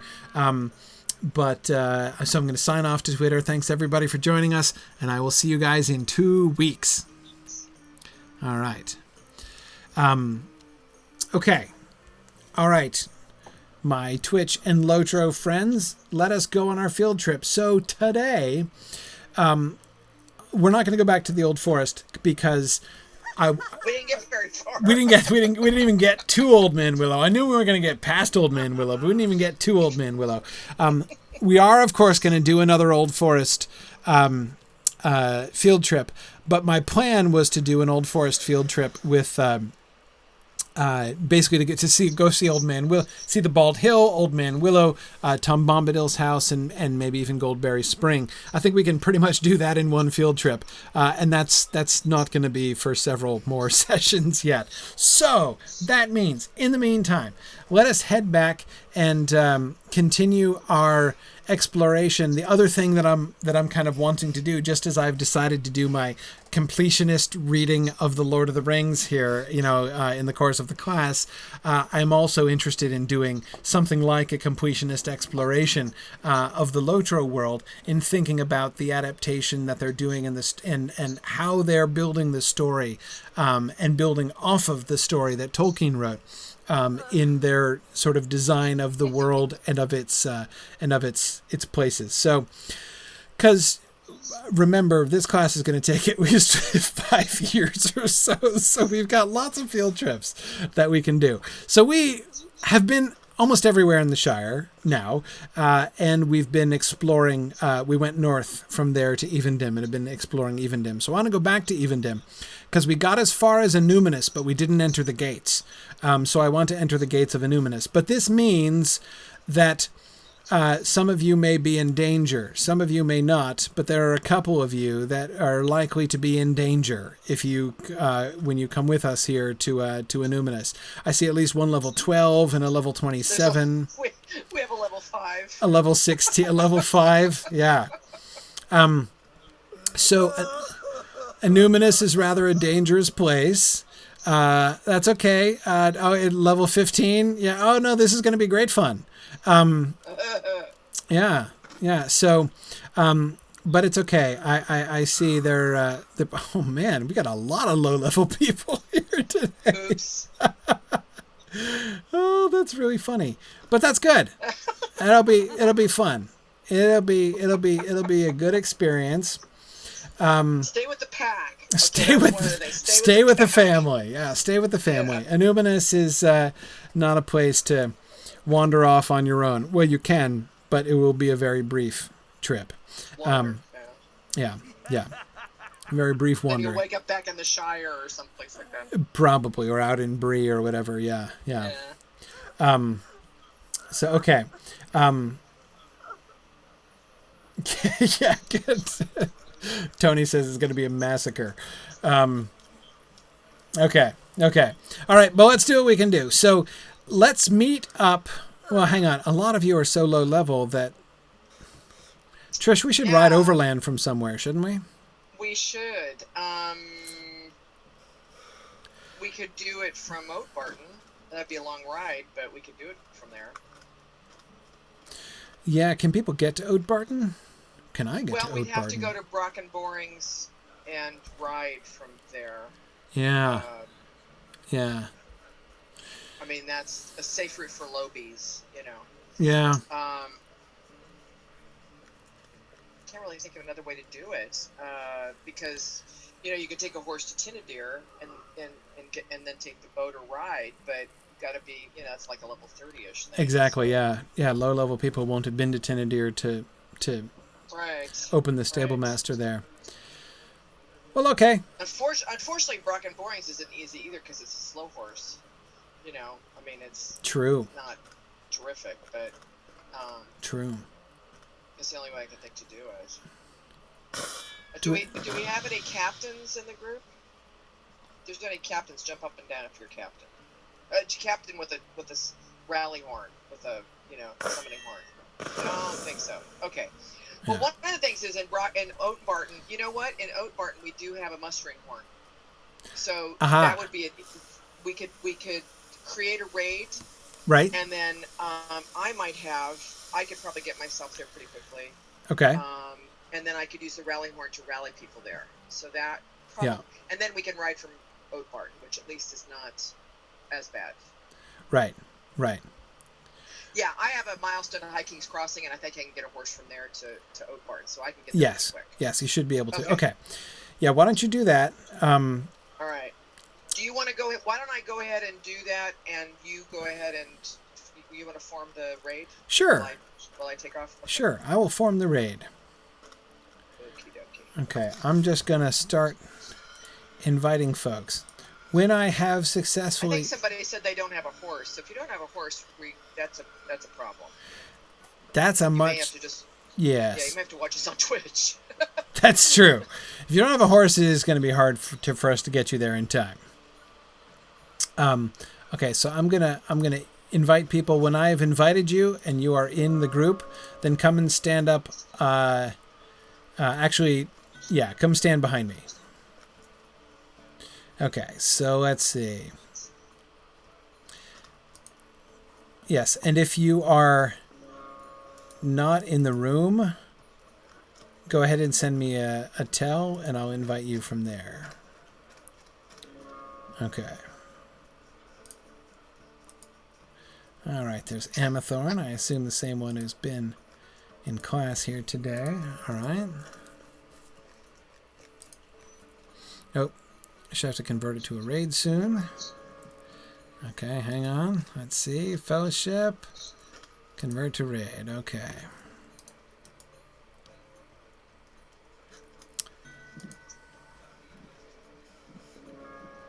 Okay.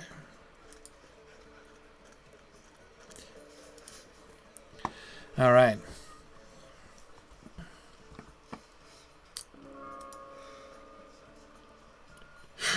This is going to be funnier than I expected.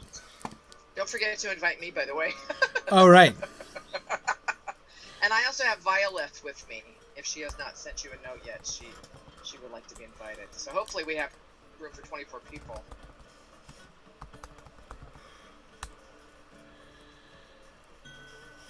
Okay. There we go. And Trish, you're on Maven, right? Yeah, Maevenn. That's what I thought. Okay. All right, so far so good. Yeah, so there is a limit on the size of the raid, which is 24, but we should be okay. Okay, good. Okay. So again, when you've joined, come up behind me, so that I can more easily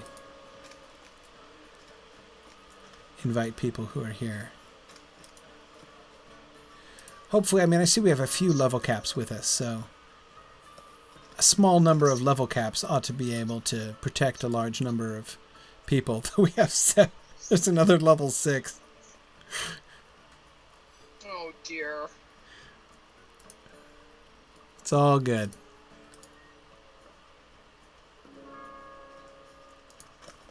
Okay.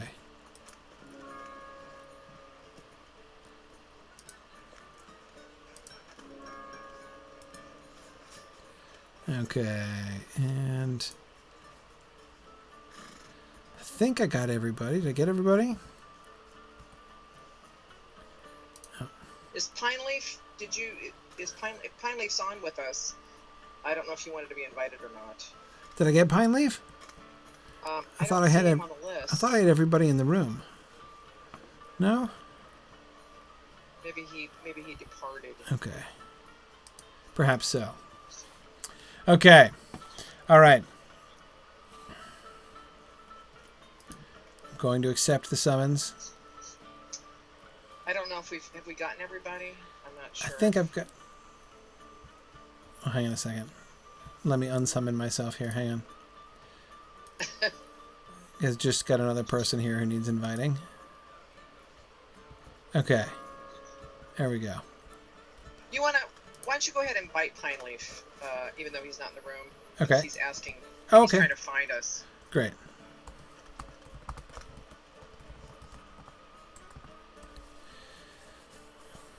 No problem. Okay, we still have room for 4 more. Oh, no problem. So we're good. All right, I think I got everybody. All right, summon me again. All right. Okay.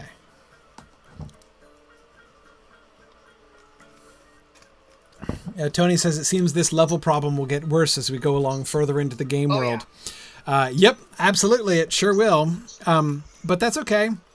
Protecting very low-level people in very dangerous places is kind of entertaining. So. The only problem being when they die, they will res way back where their level is. So it's kind of it could end up being a short trip.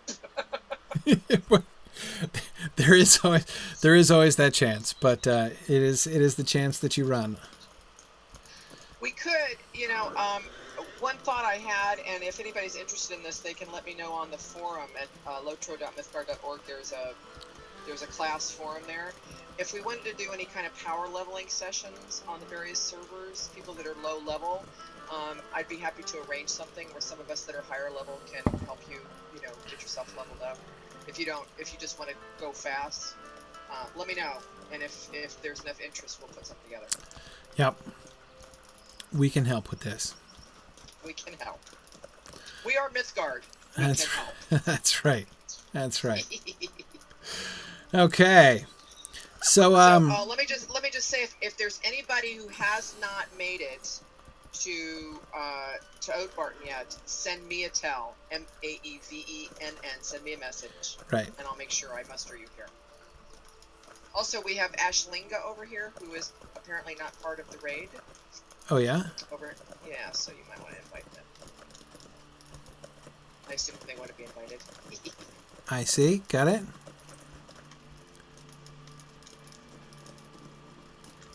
Okay, I just got a note from somebody. Let me get them mustered here. Okay. All right.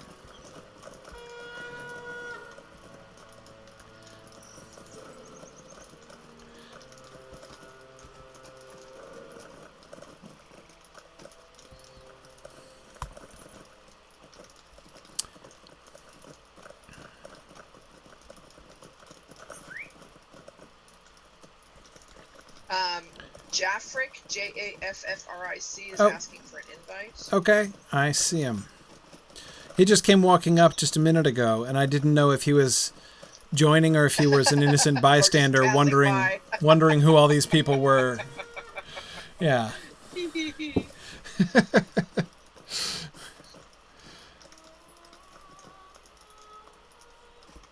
Okay.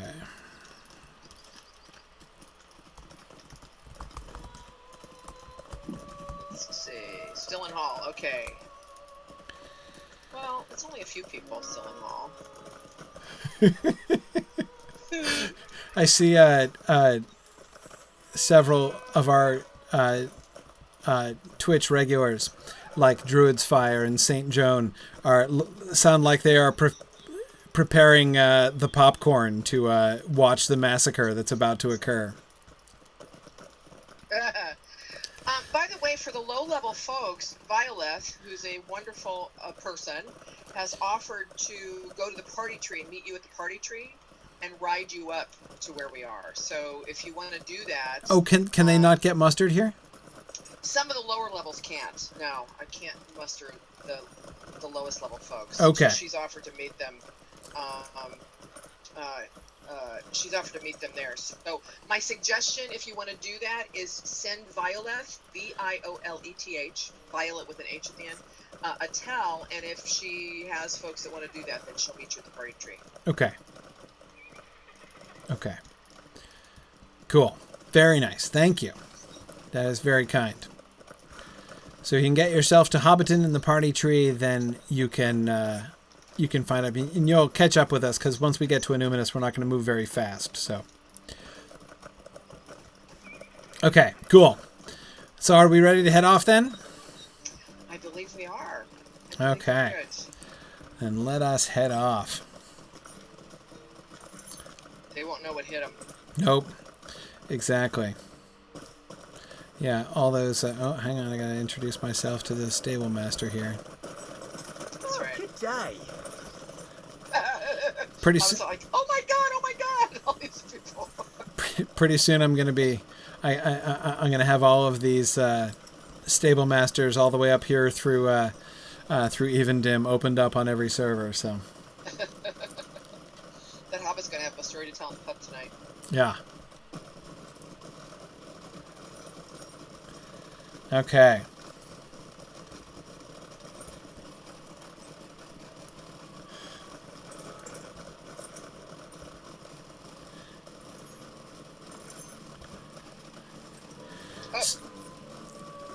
So, remembering that we have very low levels, our higher levels should be on the lookout for... Because some of these spiders are going to come attacking some of our party here, I believe. Let's see, which way should we go? Down by the water? Which do you think is the safest path? That's a good question. I would say stick to this road that we're on. Which fork, though? Is what I'm wondering. Oh, which fork? I think the left fork. Okay. Yeah, let's go by dwelling, yeah. Okay.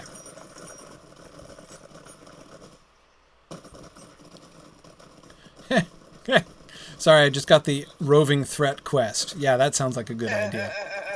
So for those of you who don't play the game, roving threats are these enormous, huge, ridiculously powerful enemies wandering around particular regions. And they are, I mean, like the animals in this area are going to kill half of our, would kill half of our party in fair combat. Like not the squirrels, but the deer would do for them. So, yeah, roving threat would be a little bit of overkill. Druid's Fire, yeah, Druid's Fire is pointing out this is kind of like taking the Hobbit to Isengard. Yeah, see, Druid's Fire is going to be like that, except like a fresh adventure every week, right? That's going to be the fun of this. Because my thought, by the way, is after we do Evendim, I was kind of thinking we could go on and do to sort of continue on up to Foricel. That is, unless we actually make it to Bree first, in which case, you know, we could totally continue on into Breeland and then up into the North Downs and stuff as well. So, but we'll see how long it actually takes us to get to Breelands. We're gonna need to do, of course, the Barrow Downs as well. You know, we'll have a couple of Barrow Downs field trips, which will be a sufficient adventure. But that's, of course, only like level 20-ish. So. Right. That'll be a little easier for folks to get into. Yeah. That won't be so bad. I see the Knickerbreakers coming after folks. Yeah. But we will, you know, as we get further along, you know, y'all need to get yourselves leveled up. To get to do Rivendell area, it's level, what is that, 30 or 40, 30 or 35, 40, something right. like that. Probably right through the middle of the Sand Mounds was probably not the best possible path I could have chosen. My apologies. This is me not paying attention. My mind had wandered over to the to the ruins across the way again, and I apologize for that. I don't think we lost anyone though, so that's merciful. But we're probably kiting half of the Knickerbreakers in Evendim right now. Okay. Tony Mead asks, is there any textual justification for roving threats? No, not so much. It's called keeping the level cap players, interested. Yes, just putting in new challenges for the higher level players. Mordor's coming out soon, so they'll be off doing that. Yes. When is the release on that? Is that this week or next week? It's supposed to be Monday. Monday. Yeah. Excellent. I've gone in. I've done some stuff there. I think when you finally get there in another 5 years, it'll track with the score. It's not going to you'll take find it me really 5 interesting. years. But no, I'm excited. Yeah, It's I'm a excited. lot, it's a lot about what happens after the ring is destroyed. Well, and when the is the... towers fallen and all that stuff. I'm ready to schedule the chicken run. I got to tell you. Oh, absolutely. Okay, good. Like, well, I know Hologro's been looking into do I it get here. to... They're so gonna talk I think about we're it, going to carry on along the we're not going to... Don't go north. We're not going up there. Don't go Yeah, up there. don't go over there. Hang on. We're losing half our people. Stop. Well, they might need to open up those. Oh, actually, okay, that's prudent. Let's head up to In the... fact, I need to go do that. Yeah, I may need to fine. do that Okay, myself. that's a good idea. Hey, look, I have this one open. How about that? I do too. How did I do that? Lovely. So yes, we definitely do too. So for those of you, we've been discussing since Corey loved running as a chicken all the way to Minas Tirith, we now want to run him into Mordor and actually to Mount Doom. Oh yeah, no. My goal is to throw myself into the cracks of doom, obviously. Yeah. Yeah. Clearly. I think one of the things is we're going to need to get folks high enough level that they can protect you, because into Mount Doom is into like level 115, right? Well, I think we could probably do it at like level 107, 108. Right. Although it wouldn't be bad to have some 115s. Yeah. So yeah. Yeah. Well, and I know. Yeah. And Druid's Fire, I know that they have to patch it. I know. I'm just saying, as soon as it's ready, I'm ready to go. Yeah.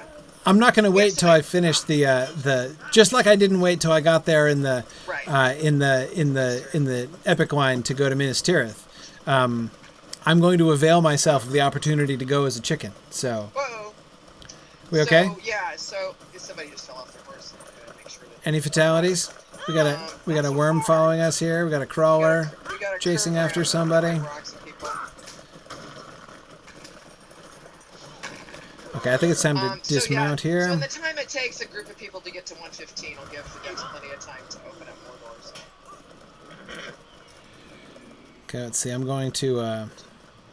You're in combat. Why are you in combat? Oh. Because everybody's in combat. Let's see. I'm gonna see. Hang on. Let's see. Where's my? I haven't done this in. Let's see. I'm setting Signum U to aggressive mode. Ah. Okay. Yeah. There we go. Just have him attack anybody he sees. That will help. Crawlers are not bad. Don't worry about those guys. The flies are just annoying. Hey, look at that! Signum U just swooped down and killed that crawler. That was good.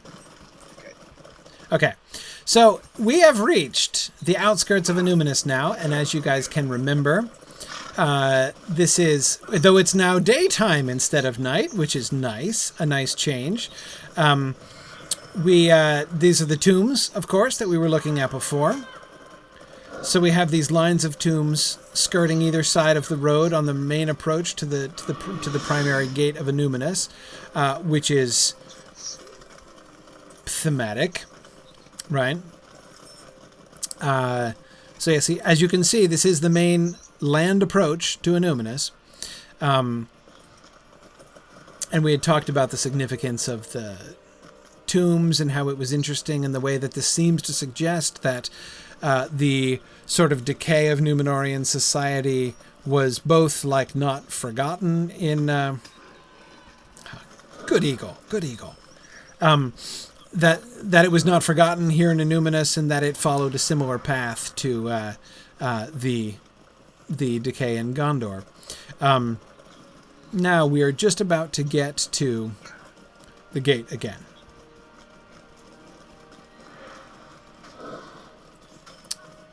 Okay.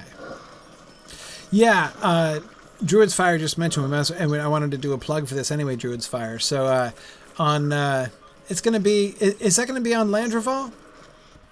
Druid's Fire?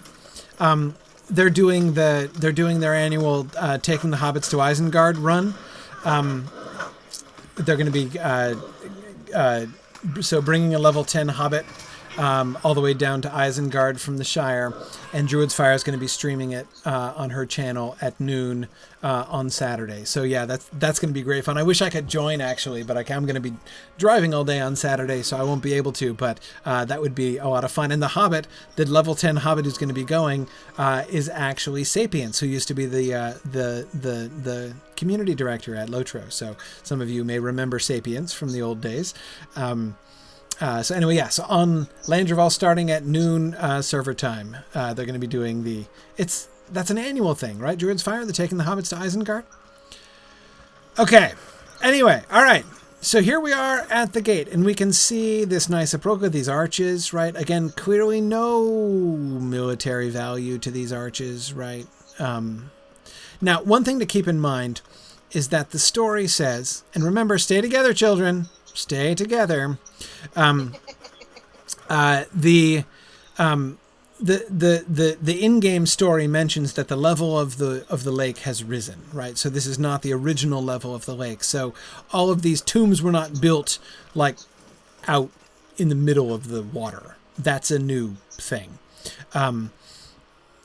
But nevertheless, this was obviously made right down by the water.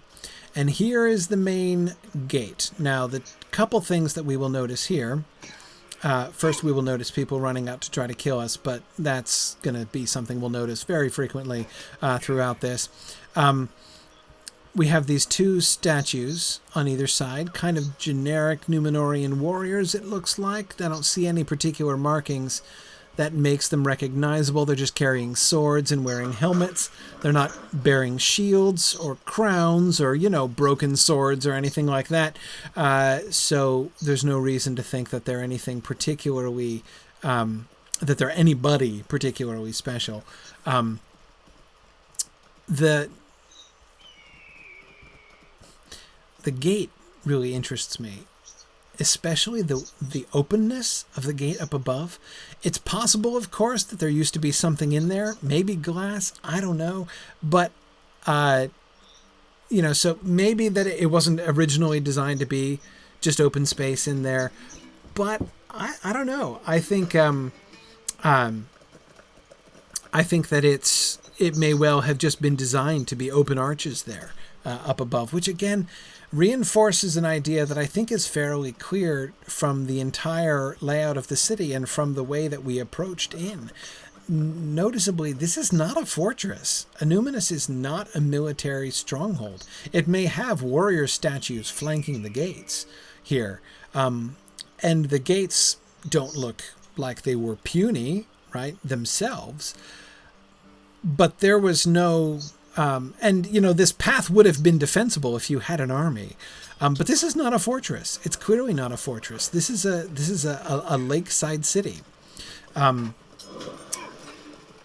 Yeah. Oh, didn't I invite Flight before? He or she said, raid me up. Oh, okay. They were going to go to bed. They were going to log on and go to bed. But on they second changed their thought, mind. they decided to stay. Okay. And I'll let Violet know. Yes. Okay, I'll let her know that she's back again. Okay. Very good. Yeah. I don't think we've lost anybody yet. Have we lost anybody yet? I think we're good so far. Okay. Strong work, high-level people. And those of us with... all of you with useful non-cosmetic pets, do make sure you set your pets on aggressive so that they lay into things as soon as they see them. That will be helpful. But anyway, as we can see from these less permanent things, right, these big tents and pavilions, not to mention these banners along the side, right, these banners are Angmarim banners. This is the sort of the Iron Crown motif that we get up in Angmar. And yeah, so Brandon, these are not robbers' tents. Exactly. This, we saw lots of tomb robbers and stuff, right? Earlier when we were looking in Evendim. But this is not just a tomb robber situation, actually. That's a really nice view of the close-up of the banner there. These are Angmarim soldiers and sorcerers and things. So these are minions of the Witch King who have come down here to occupy Aluminous. This is part of an actual offensive here against Aluminous. And, they have their own reasons. It's related to the whole long plot of Volume 1, which I won't get into or spoil the details of. But there's this continuous war going on between the Dunedain, who are determined to hold the ruins of Aluminous, and the Angmarim, who are invading it.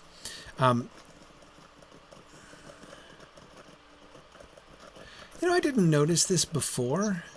Doesn't this look like an Easterling pavilion with the blue and these little like half moon sort of these half circle symbols up there? Don't those look kind of like the blue sorcerers? It does, actually. Probably from the same manufacturer. From the same manufacturer, yeah. Probably, yeah. They just all shop from the same outlets, I guess. Evil dudes are us. Yeah. Yeah.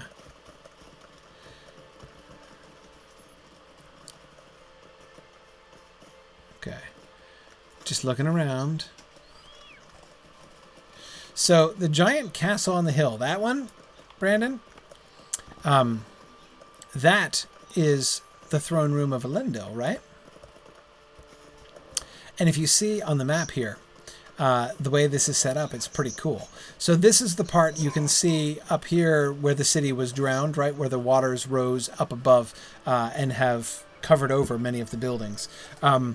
So this didn't necessarily used to be an island, but it was clearly because clearly these were docks, right? So you can see the line where the old shore would have been before the level of the water rose. However, this central, what is now clearly an island, was always much higher and always dominated the rest of the city. This is the seat of Allendale, right up there. This sort of motif of these domed buildings, the domes and the towers with the 4 points on top of them. Yeah. See, now, Aruaran, I certainly don't think that the same manufacturer made those pavilions as made the ceremonial awning remembrances in Dale. No, I think that's clearly a totally different matter. Yeah. Whew, okay. Strong work. Strong work, everybody.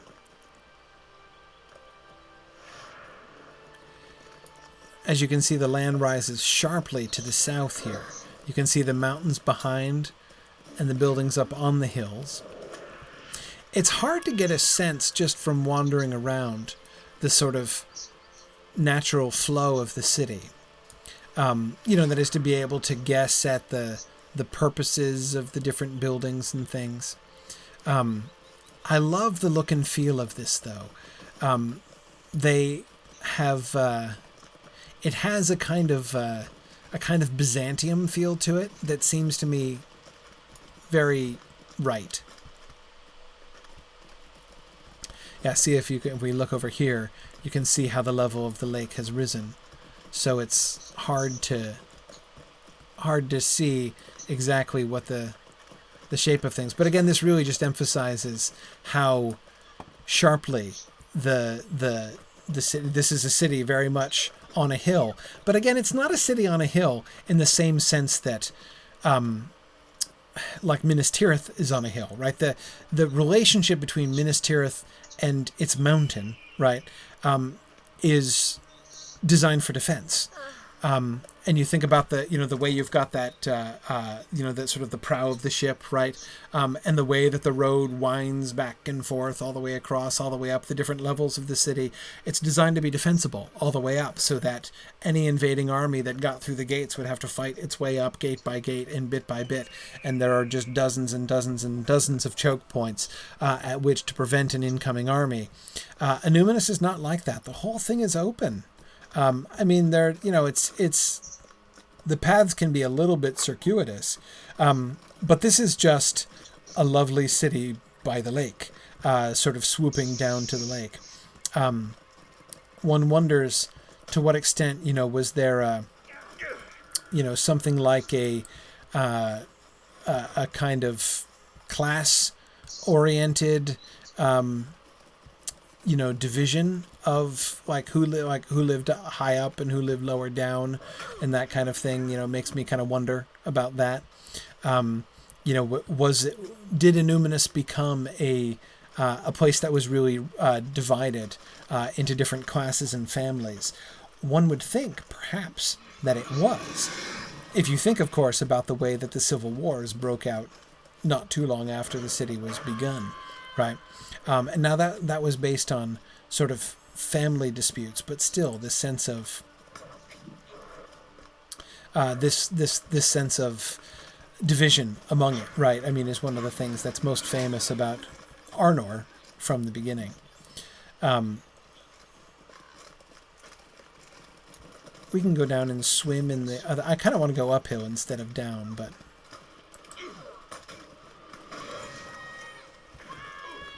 there you go, guys. Good job there. All right. Oh, we defeated a boss. Yeah, look at that. Hey, isn't this one of the places that we can claim for the Dunedain? I was thinking, I was looking to see if the Rangers were going to show up. I haven't seen them, because usually when you... Oh, that's up here, isn't it? They come in. Yeah, there's a couple of places where if you kill the bad guys, then the Rangers come in and take it over. Yeah, there are 3 critical points that they're... Okay, and this is, as you can see, you've got the Númenórean banners here, which shows that the Dunedain are in control. Right. And if you look at this right, you can see the Númenórean star in the center, right? You got the 7 stars with the big Númenórean star in the center shining down on these stylized waves here, right? Now, do you think that's designed to be is that an Evendim banner? Like for the Dunedain of Evendim? Or is this a Númenor banner? Or a post-Númenor banner? Do we have the star shining down to show the land of gift, but we don't have the land of gift anymore? Is this like the waves where under Númenor now lies, right? And we remember it. So is this in that way an Arnorian, post-exile banner? Or is this a more local banner? I wonder. Yeah.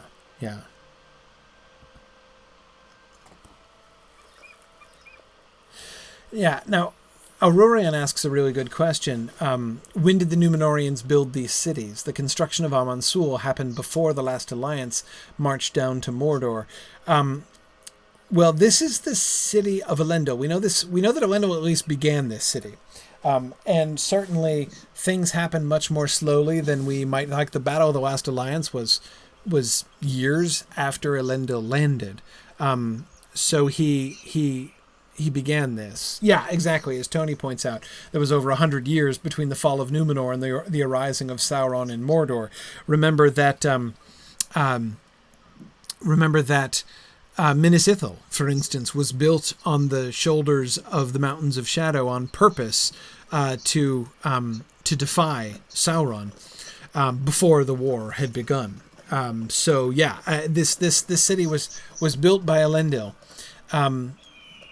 And that's why its lack of military fortifications. It's like, you notice we haven't seen any, crenellations. We haven't even seen any gates. We've seen arches, but no gates. It's possible they've just been torn down and lost, perhaps.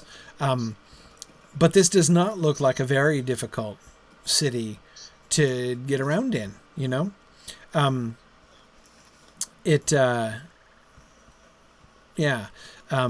Where are these the Dunedain Guard? Yes, these are. All right, here they are.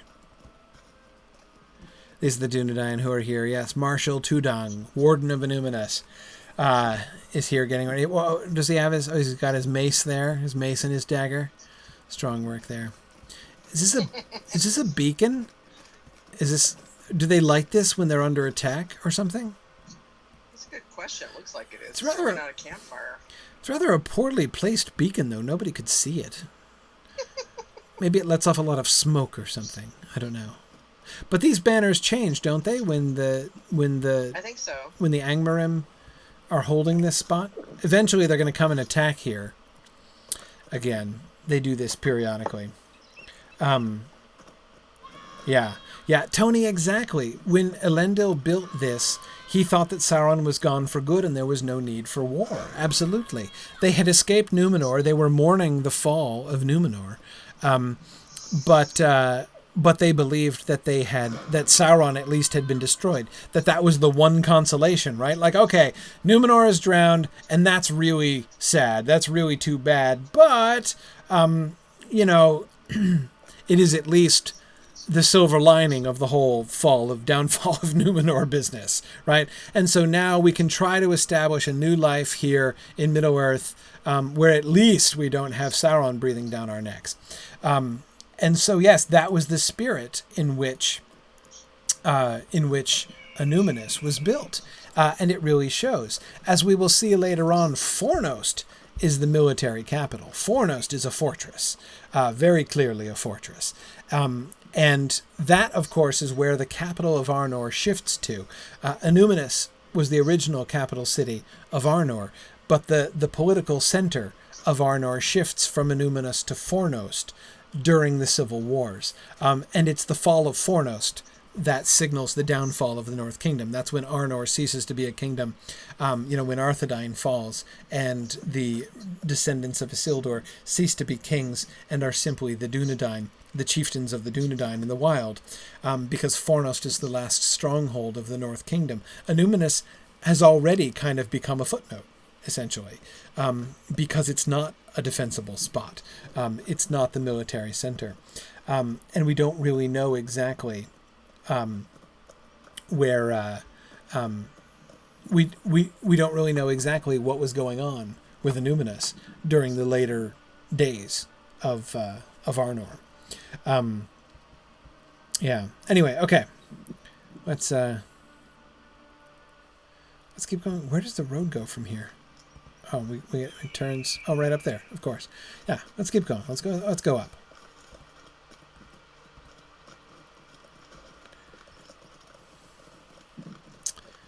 Okay, got another one of those banners. It's tattered at the bottom, which suggests it's not new, but of course it could just suggest that it's been in battle.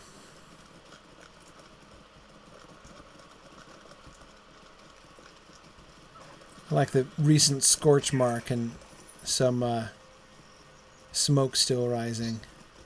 I see some of our high-level friends have already been through here. Lots of recent corpses, and it's suspiciously quiet. That's good. That's good.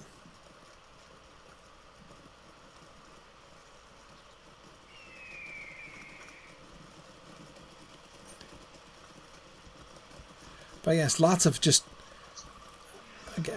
Here's a friendly chap. Okay, there we go. Yeah, so we got the trolls in here, but just sort of imagine this city. Still in the old days, right? Imagine the city non-ruinous. Look at these big open pavilions and these wide streets. Right, and then we go through this arch with no evidence that a gate was ever in it. It's just an arch in a door, so this is not designed for defense. There's no mark of a portcullis or sign of a gate on either side of that. Nope, somebody's just given up his life for the glory of Angmar, apparently. And then here you have this big open pavilion with what was probably a pedestal of some kind here in the middle, right? Possibly for a statue, or maybe this was a fountain or something, right? But it's clearly a little piazza at the foot of this large building with a tower right up here. Aha! And up here in this, since I see you guys are up here clearing this out anyway, let's head up here because we can see. Oh, look at this! Yeah, nice little water feature, right? Little pool, and in the middle of the pool they've put their little Númenórean symbol, right? With the nice gilt ship with the mast and the sails. I love how the sails look like a spearhead going up, right? but that the mast of the ship is the beam of light coming down from the star. I think that's great. I really love this symbol. Yeah, good.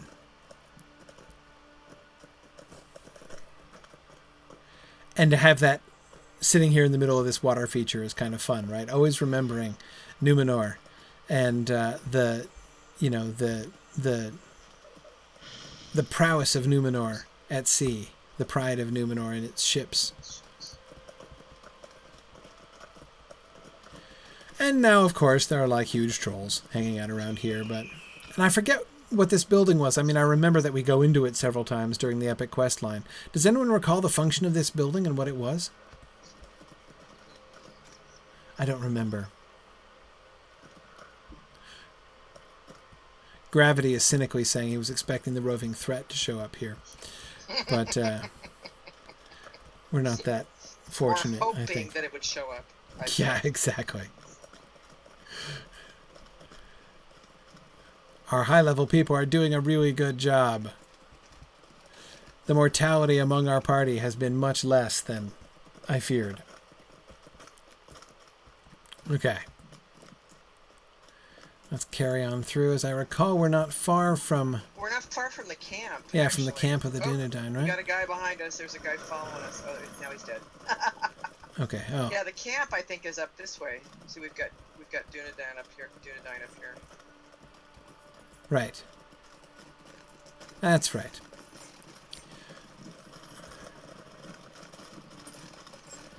Yeah, so this is the the place where the Dunedain are squatting here, the camp that they've established here in the ruins. I think it's fascinating that they're pitching tents. I mean, many of these buildings have roofs, right? They could... Well, plus, what are they? Are they driving those things into the stone? The pegs? The tent pegs? Yes. I've been up here a million times, never even thought about that. Yep, there it is. Tent peg driven straight into the middle of the stone. Jeez. Well, ooh, stable master. I almost forgot him. Greetings. Okay, same banner here as before. It's clear that ship symbol is the old symbol, right? We see that all over the place, not only in sort of statues through the city, but in around Allendale's throne room as well, as I recall. Yeah, good. Okay. Let's see. Does anybody know for sure? I sometimes miss this road, so I don't trust my own. I don't want to be like Mary, acting like I know the way when I don't. Does anybody remember the way onto the island? What's it called again? Tilanoon. The way up to the bridge. I think I could get there, but I'm not 100% sure. Pine Leaf, can you take us? All right, let's follow Pine Leaf. Okay. Let's go this way. Now we go up the hill and then around, but I sometimes end up going the wrong way. And the last thing I want to do is lead a whole bunch of lobies into a dangerous dead end up here. So I would love to end on Tilanoon, and it's getting late.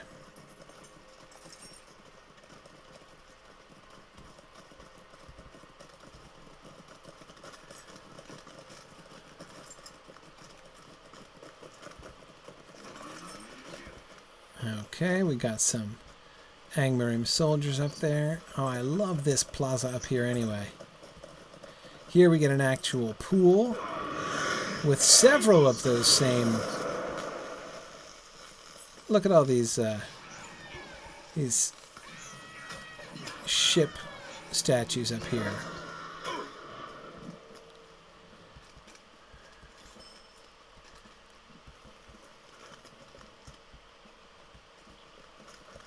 Love these. Okay, let's head over this way. Right between these two ship statues.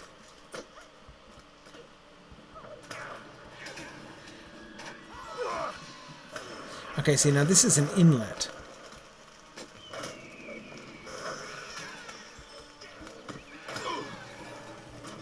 Can you swim all the way down to the lake from here? Yeah, you can. If you want. Well, I'm not. Yeah, I think you can. If you take off from the piers, I don't know if you can do it from the inner part.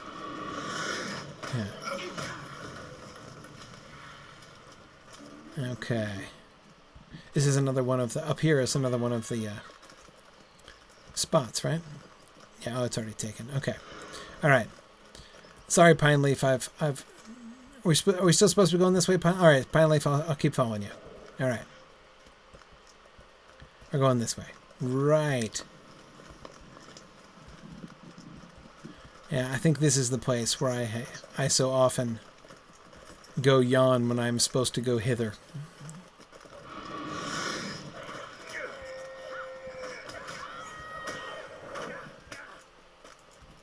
Ah, there we go. We have reclaimed this for the Dunedain, right? Yeah, see, here come the Rangers. Here they come, yes. All right, they're going to come here and defend this place that we just took. There we go. I'm being very casual about it. Well, you cheered. That's cool. Oh, there we go. There, thanks, guys. That's good. Glad you appreciate it. Okay, where'd Pine Leaf go? This way? There he is. Here he is, over here. Over here. Okay, all right. Yeah, this way. All right.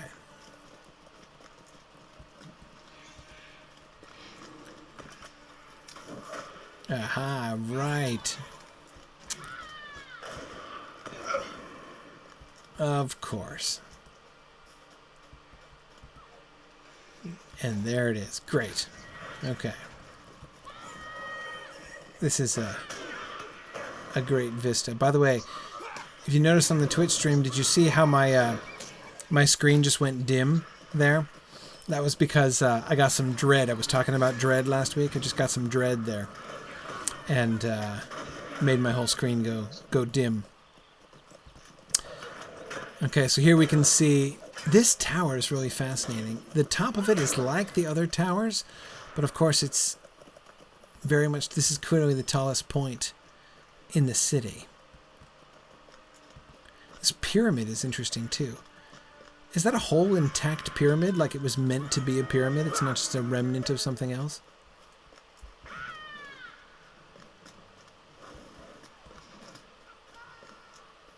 Now this iron fence is obviously not original. Yep, no, that's clearly meant to be... Oh, right, it's the peak of a house down there, right? And you'll notice, of course, the flagstones, trees and stars, just like the flagstones we were seeing in the Grifflet stream down in Enidwythe.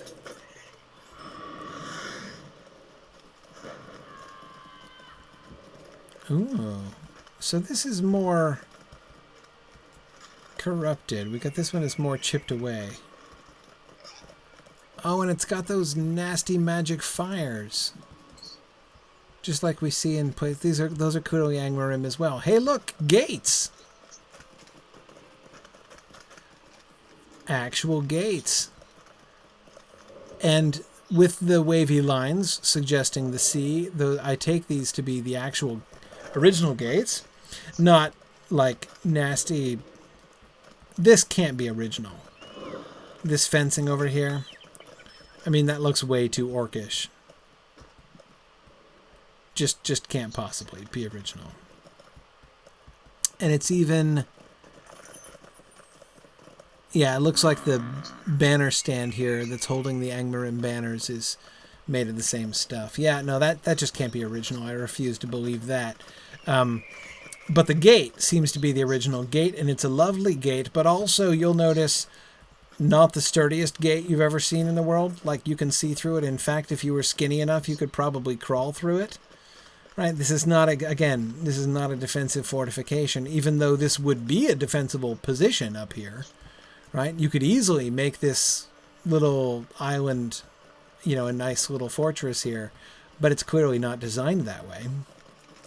Now here we go through another arch, which I guess is chipped and broken, isn't it? Yeah, it looks like from over there it is. I got distracted by the gates, but the reason I turned around originally was to look at the arch from this side. Yeah, interesting that we can't see any of the working on those arches.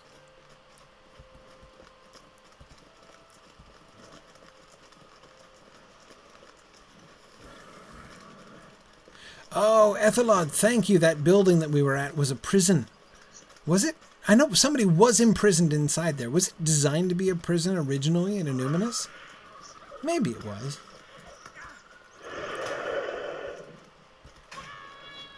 Okay, yeah. See, again, I don't believe that this fence is any more original than these hanging cages, right? Clearly new furniture, right? And there's another one of those open arches, right? Yeah, no, I'm convinced that that was the original plan. Look at that. So was this green stuff all copper originally? That would have been shiny. Just think how shiny that thing must have been.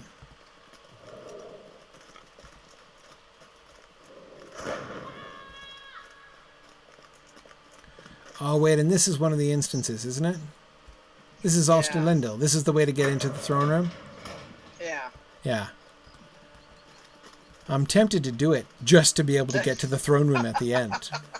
I mean, we can't do it. It is pretty here, cool. But, yeah. But looking around the throne room, totally worth it. Okay, and so here we have some nasty bonfires slash... Oh, hi. Boss man. Briefly. Okay. Very good.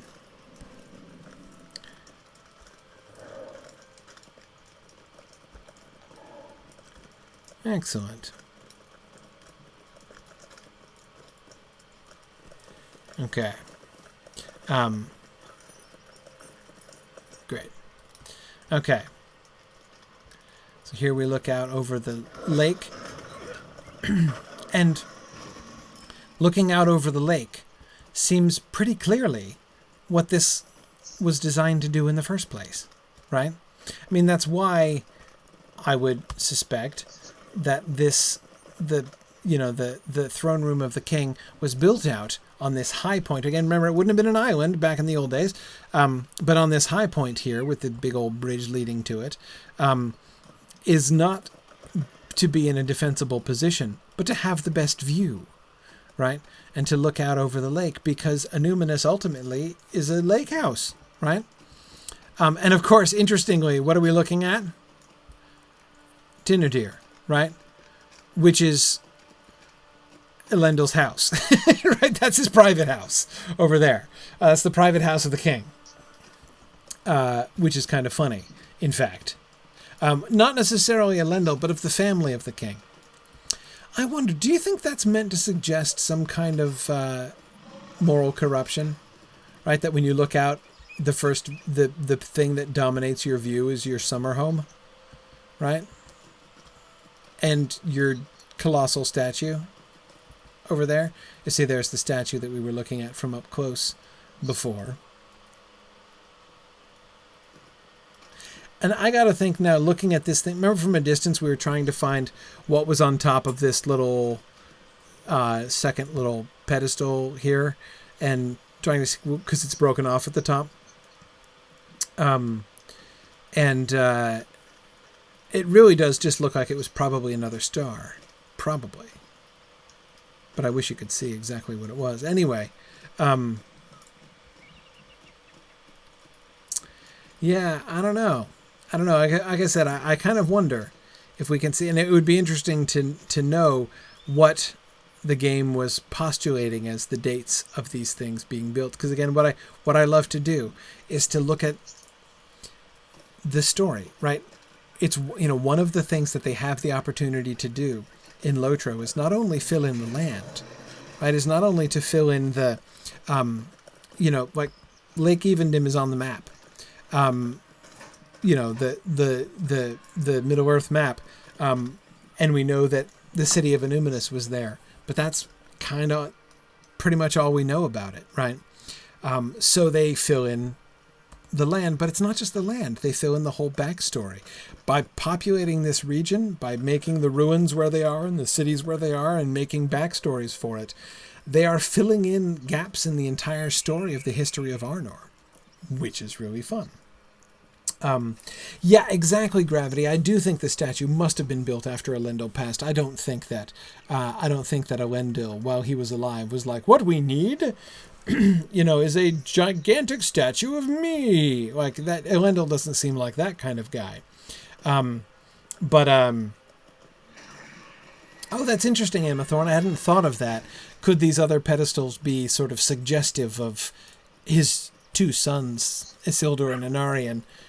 Possibly. Obviously not a representation, but sort of a symbolic suggestion of them or something, quite possibly. Maybe Amathorn, they ran out of funding, right? They were going to make Isildur and Anarion behind him, but then they were like, well, let's just slap a star on the top of that because we can't afford the whole statue. Just a theory. But yeah, again, we have the outline of the story of Arnor, right? So what is the story that they're telling it? Are we seeing evidence of the progressive decay of Arnorian society, right? Was this summer home over here, was the house at Tinadir that we can see across the water, was that built by the royal family a couple generations in, right? And, again, another sign that they were already losing touch. That they were becoming sort of fixed on themselves and oblivious to the world around them and thinking and beginning to build big tombs and all those kinds of things. Yeah, I wonder. I'm forgetting what that tower is over there. Oh, that's the worm island, right? The fireworm island? Yeah, possibly. Yeah, Tony Mead says they love too well the work of their own hands. It does begin to give you that impression, doesn't it? Yeah. One other thing I wanted to do, and as I say, I should let you guys go.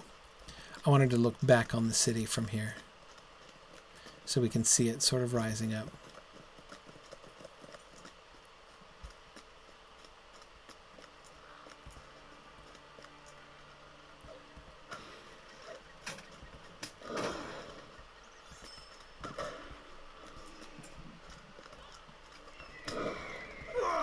Oh, yeah, that's nice. Yeah, this will be the best view here.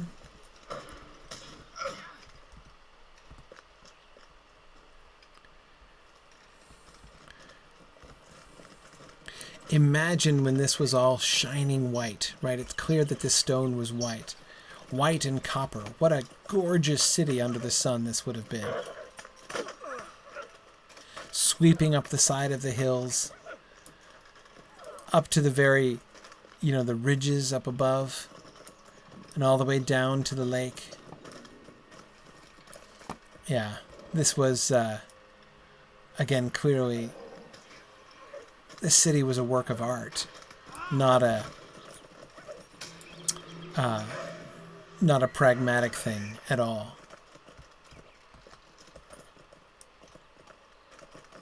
That's great. It's getting a little gloomy, though. I think we're getting some rain clouds moving in now. Just my luck. All right. Yeah, Katrina, I agree. It would have been blinded. This would have been, in the sunlight, would have been almost blinding. Yeah, and yes, Amathorn, when you come down, when you come in from the hills, and then you see it down from the hills, it's a gorgeous view from up there. Yeah, cool. All right. Well, I should let everybody go. If you are a low-level character, you can get back home pretty easily just by letting somebody kill you, and then you can retreat back to safer territory, or you can try to go the old-fashioned way or use a milestone or something. But thanks everybody for joining us. Remember, no class next week, so we won't be meeting next week, but we'll be back again the week after that, where we might continue our exploration of Even Dim. We might look at some of the other things around the lake. We might head up towards the north. I don't think we're going to get into the Old Forest again next time, but anyway, thanks a lot, everybody. Don't forget, Treason of Isengard. Tomorrow night, we're doing our second session on the Treason of Isengard, so that'll be a lot of fun. Same time, 9:30 p.m. Eastern Time, and we'll be back here on Twitch, as well as in GoToWebinar, and I'll be broadcasting on Facebook Live. So thanks, everybody, and I will see you guys tomorrow, and if not tomorrow, 2 weeks from now. Thanks very much, everybody. Bye.